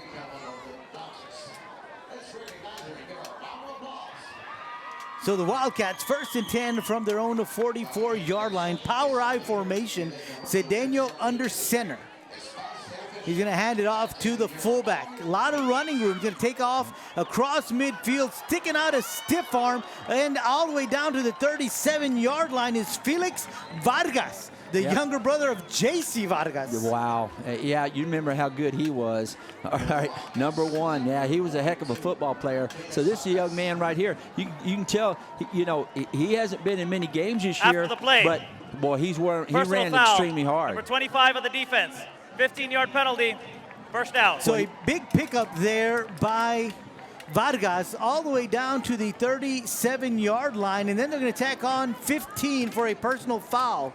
So the penalty woes for the Chiefs continue. Yeah, exactly. Vargas, he did a good job of bouncing it out and getting some great yardage and stuff. So, hey, that was an impressive run. Great run there. The ball is going to be spotted at the 22-yard line with 6:18 to go here in the ball game. Your East Wildcats still leading this one by a score of 49-6. First and 10 for the Wildcats. Wildcats taking their time, let the clock move. They haven't started it. Now it's going to start to move. Right. So here we go. Power I formation for the Wildcats again.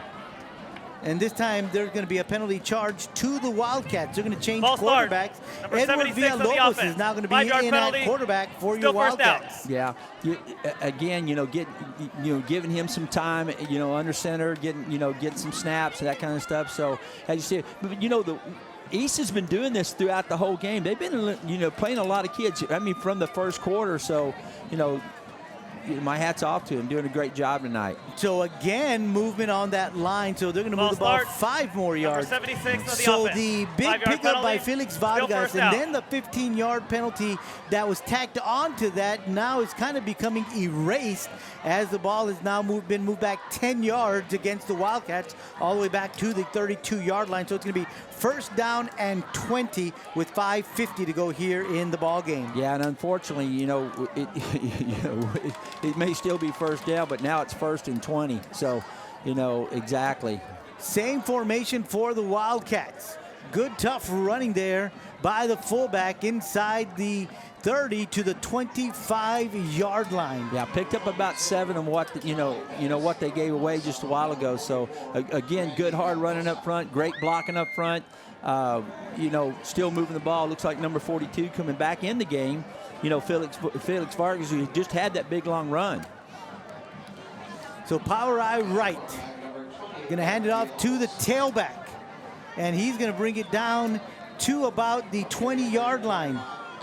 The tailback is Andy Delgado. Had some pretty good runs earlier. He's got 2 TDs on the night for the Wildcats. He does. He's ran extremely hard, and I right now I still see some great stuff by the offensive line. They're blocking right to the end of the whistle, down, driving people, coming off blocks, going to get on another block. Just a lot of great effort going on. Power I left this time. Toss is to Delgado. He's got some blockers. Bounces it outside, 15-10, and he's finally dragged down out of bounds at the 8-yard line. Good, tough running from Andy Delgado here tonight. And first down moves the chains for the Wildcats and stuff. So these kids smell the end zone. Again, a lot of backups in right now. All right, but hey, they're still showing that Wildcat spirit, that Wildcat football. So we mentioned first and 20, and they erased that rather quickly. So first and goal from the 8-yard line. Quarterback is Edward Villalobos. Handoff is to Cardosa. Cardosa off the right side, and he is in for another Wildcat touchdown. Yeah, you see, that's an awesome job right there by Cardosa, but a great job by the right side of the offensive line. That's kind of what they put in last week. They ran a lot of outside, kind of off-tackle G play last week, which I don't think Harlingen was ready for because they've always been tailback, and they went to the fullback last week. So, again, they had some great success right there running the ball with their fullback. Lerma on for the point after, and the kick is up, and the kick is good. So Lerma adds the point after Cardosa and the 8-yard TD run, and the Wildcats extend their lead, now up by a score of 56-6 with 4:10 to go here in the ball game. Yep. Good job. Great drive there by the offense. Just real consistent and stuff. Yeah, they had to overcome an obstacle, a couple of penalties and stuff, but they did. That's usually a mark of a really good football team and a well-coached football team because, you got to overcome adversity and stuff. So, again, every play, you're just getting a little better because, come next Thursday, big game this next Thursday night, over in Cat Stadium against the Edinburgh Bobcats. So, they're trying to get ready for that game also. Obviously, that's the next one to rise. Obviously, they're playing Donna North. They're not overlooking Donna North. Obviously, you can see that they're playing hard and stuff. But, it's a quick turnaround from playing Friday to having to come back another big district game next week on Thursday night. Yeah, short week, and those Bobcats are undefeated. They do have the night off tonight. Yep. Lerma on the kick. Back deep is Rico Rodriguez along with Aiden Gomez. 4:10 to go here in the ball game. Your Weslaco East Wildcats up by a score of 56-6. 35 second half points for the Wildcats. You know what I've noticed, it's been really good too. As you see, a lot of great sportsmanship in this game too. Both teams, we have wild thing like that. You know, kids playing hard, both sides. You know, that's a credit to both staffs and stuff, because you know, a lot of times when games get out of control, get out of the way, you can start seeing some of that stuff. So it's not. It's it's a hard fought game by both teams, and like I said, that's a credit to both staffs. Yeah, short kick taken by the up back. Alejandro Ochoa returns it out to the 30-yard line. That's where the Chiefs will begin this next offensive series with 4:02 to go here in the ball game. 35 points in the second half for the Wildcats, none for the Chiefs. Sosthenes, the quarterback, can't quite grab that one. He was sending his receiver in motion, and he was trying to bark out some commands, but then the ball came and he just wasn't ready for it. No, he wasn't. It came off his fingers and stuff like that. You see, it looked like he was obviously going to get the ball, fake it to the jet sweep, and either throw off of it, which is an RPO, something like that. Maybe a run pass option type look that they're doing, that they like to run at Donna North. So, but it just didn't start. So 2nd down and 21 after a loss of 11. Handoff is to the running back, Alejandro Ochoa, but he just couldn't seem to find anything. He ran right into his offensive line, tried to bounce it out, but just was no holes anywhere. Yeah, there was nothing there. It was filled up pretty quick. Obviously by Jacob Banda, he's still playing here over here at your left defensive end, and so again, not much running room there for the Chiefs. 3rd down and 22 yards to go. 3 receivers to the left, 1 to the right. Sosthenes is going to keep the ball, going to try to get some positive yards, and he does get a few out to the 21-yard line, but that's going to bring up a 4th down and 19. Yeah, he ran extremely hard right there, but our linebackers did a good job of filling the hole. He picked up about 2 yards, but good job defensive. Again, our defense has been really stellar tonight. There's not been much for the Chiefs to do, really. Last week it was the same thing, in Harlingen. So, 2 weeks in a row, great job by the defense.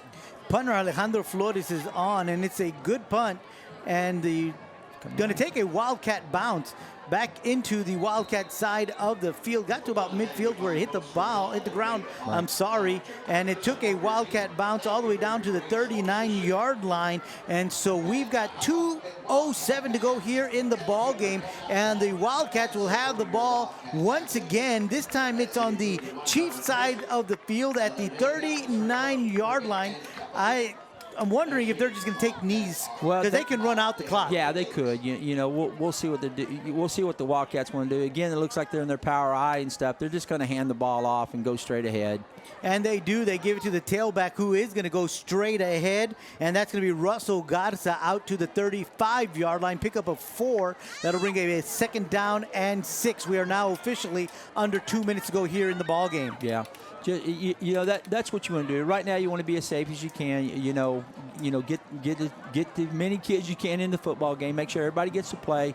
And just do some basic offensive plays and work your execution. Handoff to the fullback, still on his feet. Yeah, still running extremely hard. Jared Burnias is what it looks like from up here, and that was who indeed had the football. To the 31-yard line, pickup of 3, maybe 4 yards. Going to bring up a 3rd down and 2 for the Wildcats, and we've got 1:15 to go here in the ball game. Yeah, exactly. And that's what they're doing. They're taking their time right now, making sure that all the time goes off the clock and stuff. So, just a tremendous effort tonight by the Wildcats. Second half tremendously played. First half there was a lot of great stuff that happened. The second quarter got a little bit crazy on them, but they did a great job.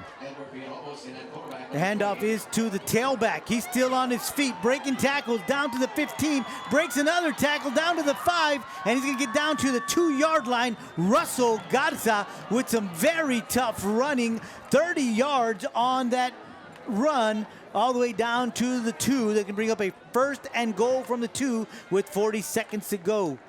Yeah, just a great run by Russell Garza. You know, again, there's another kid that, you know, doesn't play, you know, obviously he's not a starter and stuff like that, but he's a Wildcat, and he plays extremely hard. You know, the kid gets on the field, he wants to score. You know, that's what it's all about. So they're playing hard to the end. Victory formation for the Wildcats.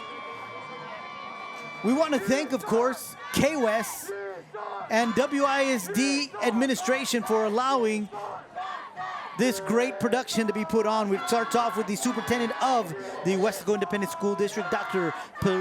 Priscilla Canales, the principal of Weslaco East High School, Dr. David Gamboa, the athletic director of Weslaco Independent School District, Oscar Riojas, and of course, head coach and athletic coordinator for Weslaco East, Michael Burgett.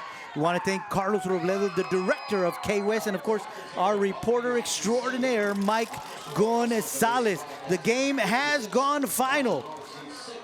The Weslaco East Wildcats open up their district campaign with a good one, a great outing, win this one by a score of 56-6. What a great way to start off district play, because next week, as you mentioned just a little while ago, Coach, they got to travel to Edinburgh to take on those Edinburgh Bobcats. Oh, absolutely. Like you said, you want to start off your district play with a victory, and that's what's happened tonight for the Wildcats and stuff. There's going to be a lot of stuff on the film that they got to watch, that they've got to fix before Thursday night. You know, and I know Coach is going to see that and that kind of stuff. You know, it's a great win, great victory. Good job by everybody. Good hard-fought game.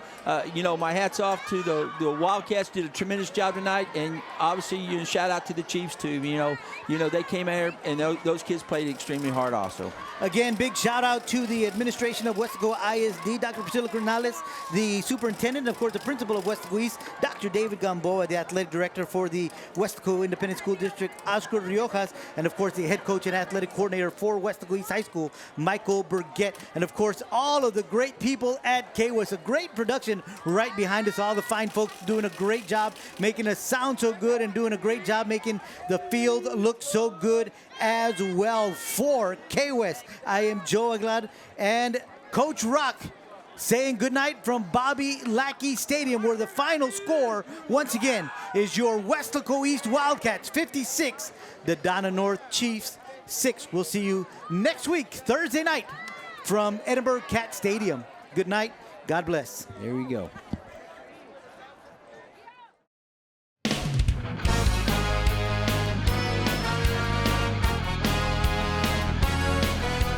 Homecoming night, on Parents' Night, it is a victory for the Weslaco East Wildcats here at Bobby Lackey Stadium as they open up the district play with a victory tonight. Final score in this one, 56-6, Weslaco East Wildcats over the Donna North Chiefs. Hello, everybody. Carlos Robledo along with Mike Gonzalez here, and what a game we had for the Wildcats. Your thoughts on this game, Mike?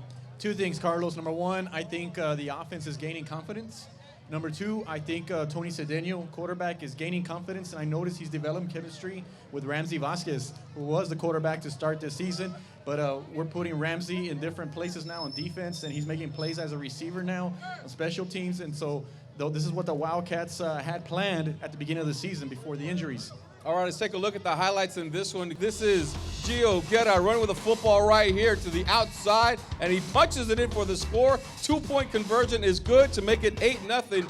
Wildcats with the lead. Then more running here. Ramsey Vasquez taking this one inside the 5-yard line, setting up another score for the Wildcats. Josh Gonzalez dives in, and it's now 15-0 Wildcats. They continue to move, actually 14-0 Wildcats. Another score right here, that's Andy Delgado making it 21-0 second quarter. At the half, it was 28-6 Wildcats, and this big run by Vasquez. 52 yards to the house, making it 26 Wildcats. Add another score by Randy Cardoza. And the final score in this one, Wildcats win it by a final score of 56-6. Coach Mike Burgett is here, the coach of Weslaco East Wildcats. Congratulations, Coach. How's it feel to pick up a victory here at home? Josh Gonzalez didn't play tonight. Josh Gonzalez not playing tonight at all? No, he didn't shoot out. You got the numbers wrong. Who scored that touchdown, Coach? I don't know. Secret weapon, I guess. I had a lot of people here tonight. Got a lot. It's homecoming. Had a good crowd. Paris night as well, Coach. Tell me a little bit about what this victory means to you. Great parents' night. My parents are here too. I don't heard know about where. that. I think he's somewhere. He might have taken off. He's old. He's got to get to sleep. How does it feel, Coach, to have your father here in attendance? Oh, they're by the gate. They're somewhere here. I mean, it's good to have my dad here and my mom. They come down. They watched. They was going to watch the Harlingen game, but he didn't feel very good that day. But he felt pretty good tonight. He wanted to come watch homecoming and watch the guys. I talk about them all the time. You guys got great sons. I mean, the way they play football. My hat's off to them. These kids play tough. Mike. Coach, I know we've talked about it over and over again, but there is a reason why you guys schedule that tough non-district play. Now that you've had a chance to play your first district game, do you get a sense that, okay, we're going to be fine. We look good. I mean, mistakes here and there, I'm sure, but heck, moving forward. You know, I don't think a lot of people in the world really know that when you put a non-district or you're in the college and you're playing a non-district schedule, non-conference, you want to play great people.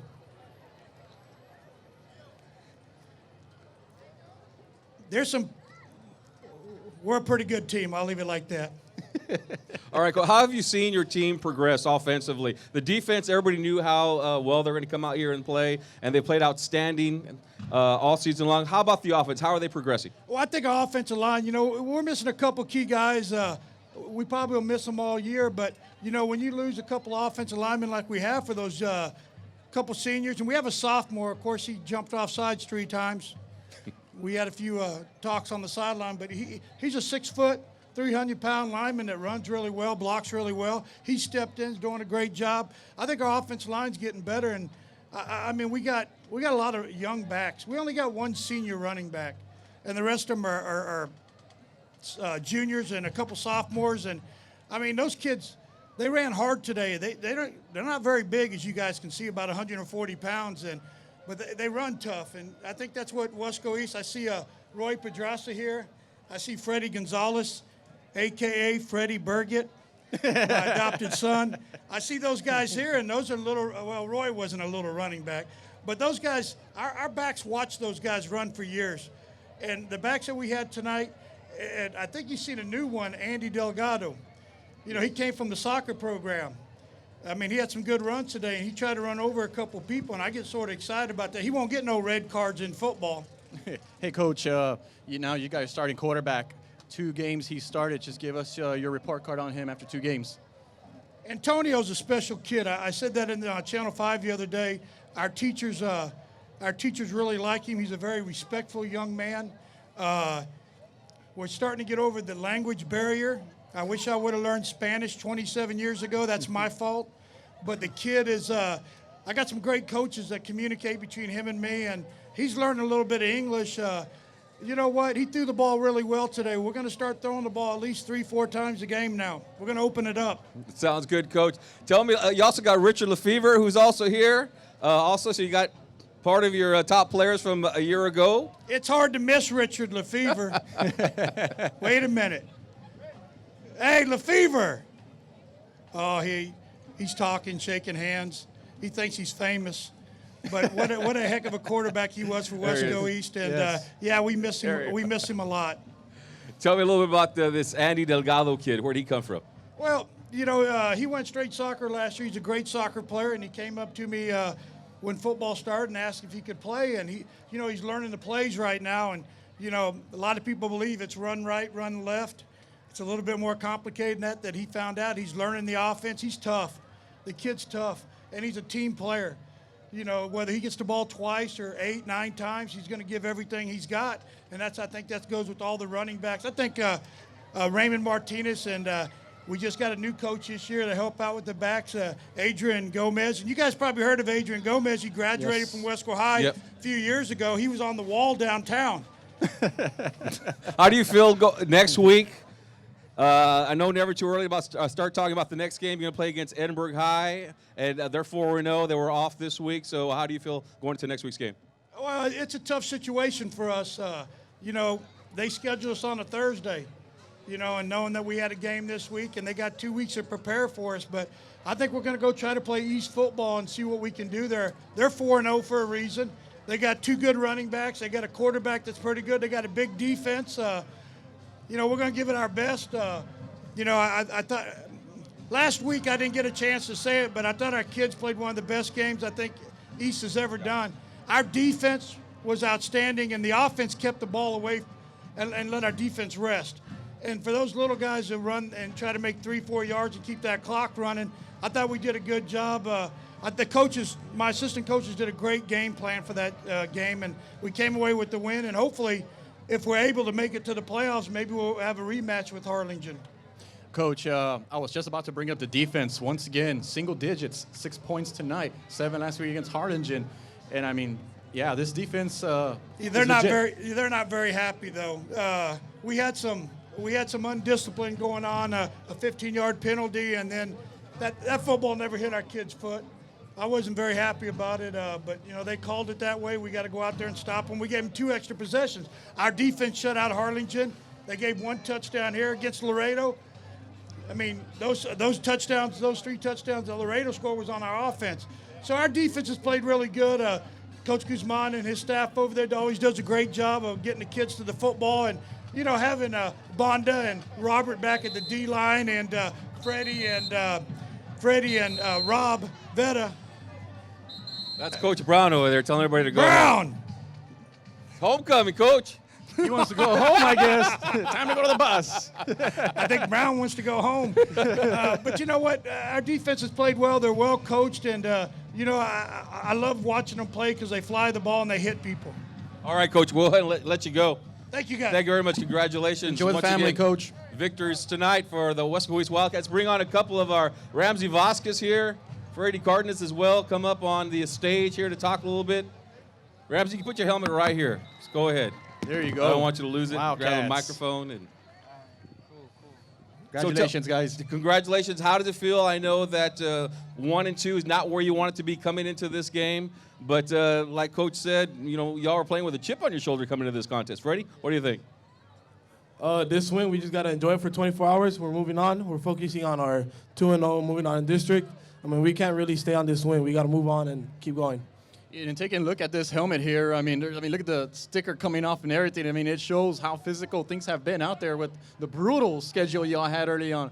Just kind of talk about that a little bit, just the challenges y'all had at the beginning of the season. And was a good challenge. We didn't play no Valley teams coming in, starting off the season, and I think Maynard and Laredo Alexander, everyone, they gave us a good game and just pushed us even harder to start winning in the Valley. How did you feel, after playing that tough non-district schedule, coming in and playing, going into your district? You guys have played in tough non-district schedule. Now it's going to be just, now I don't want to say easier, but you're battle-tested now. How do you feel about that? It really just prepares us for the worst. That's really all it does. We get ready for tough games. I mean, that gives us an advantage over other teams that aren't used to tough games. If teams play easy teams, then what are you really hoping on? I mean, you got to be prepared for district and playoffs.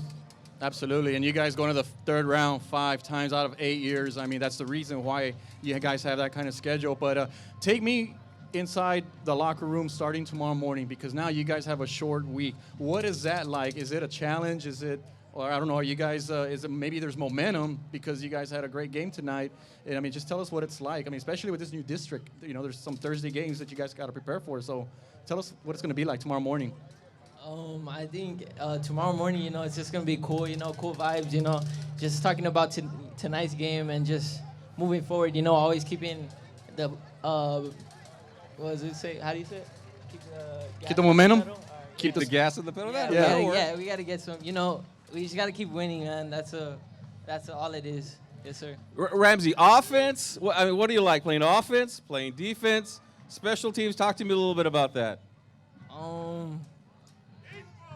I like defense. Be honest now. I know you want to say you want to play defense, but you don't want to get Coach Burgett mad, right? Yeah. Damn. Why you guys got to call me out right now? But I love defense, That's what I was for. But, I want to help out the team as much as I can, and I love winning. I do. And so I'm going to help us out on offense, too. How tired are you? I mean, you played all 3 phases of the game, and you ran, 50, 60 yards on a couple of them. So that's a lot of running. Yeah. Nothing better, but Damn, it was a good game. It was a good game. I forgot. Y'all giving me good ones. I'm thinking crazy right now. But nothing Tylenol wouldn't help, you know? Absolutely. Freddie, Some tell me a Tylenol. little bit about being a leader on this team, Freddie, because you've had to, you're the senior now. I mean, last year you got, you had Roy and you had Richard and you had JC. This year, you're one of the top leaders on this team. They really set the tone for me. I learned a lot from them. I mean, I just try to put it all together and be the best leader I can. I mean, it really puts a chip on my shoulder and makes me play better. I believe 3 out of the 4 games, you guys have held their opponents single digits. What does that mean for you guys as a unit? We believe we're the best defense in the district. And you certainly are playing like it. Yes, sir. He's molding our linebackers, for sure. All right, we got a little crowd. How about a big hand here for Ramsey Vasquez, Freddie Cárdenas? Shout out. They deserve Thank you very it. much, guys. Appreciate Yeah, it. Congratulations. that's right. Just go ahead. Put the Congratulations, microphone right guys. there. We'll see you guys next week as the Wildcats will be in Edinburgh for a Thursday night game against the Bobcats. And so that's going to be a good game. The Panthers are off. Weslaco East, that'll be a Thursday night game. We'll be able to bring you that game live video only on Thursday nights or on Saturday. Friday, you can only do audio, but later on tonight, it will be a delayed basis. So final thoughts on this game here tonight. They had to take care of business. Yes. They do it. It started off a little bit slow, but they poured it on in the second half. Yeah, once again, the defense playing well, like they've played all year long. But I really like what I saw from the offense, the way they moved the football, big plays coming from them. They've lacked that, I think, a little bit, but a part of it having to do with who they played. That's understandable. But I really like how Tony Cedeno managed the offense. I thought he made some good throws out there. There was one where he was a perfect spiral to a receiver. Unfortunately, he dropped it, but that's okay. The game was well in hand. Let's hope that next time it's caught for a touchdown. And, I like what I see from the Wildcats moving forward. All right, offense played well. Defense plays well also. All right, final score in this one.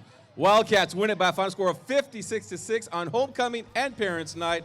And they come up with a victory. They're now 1-0 in district. They play Thursday night in Edinburgh. We'll go ahead and wrap it up. For Mike Gonzalez, I'm Carlos Robledo, and everybody at K-West. We'll see you guys next time.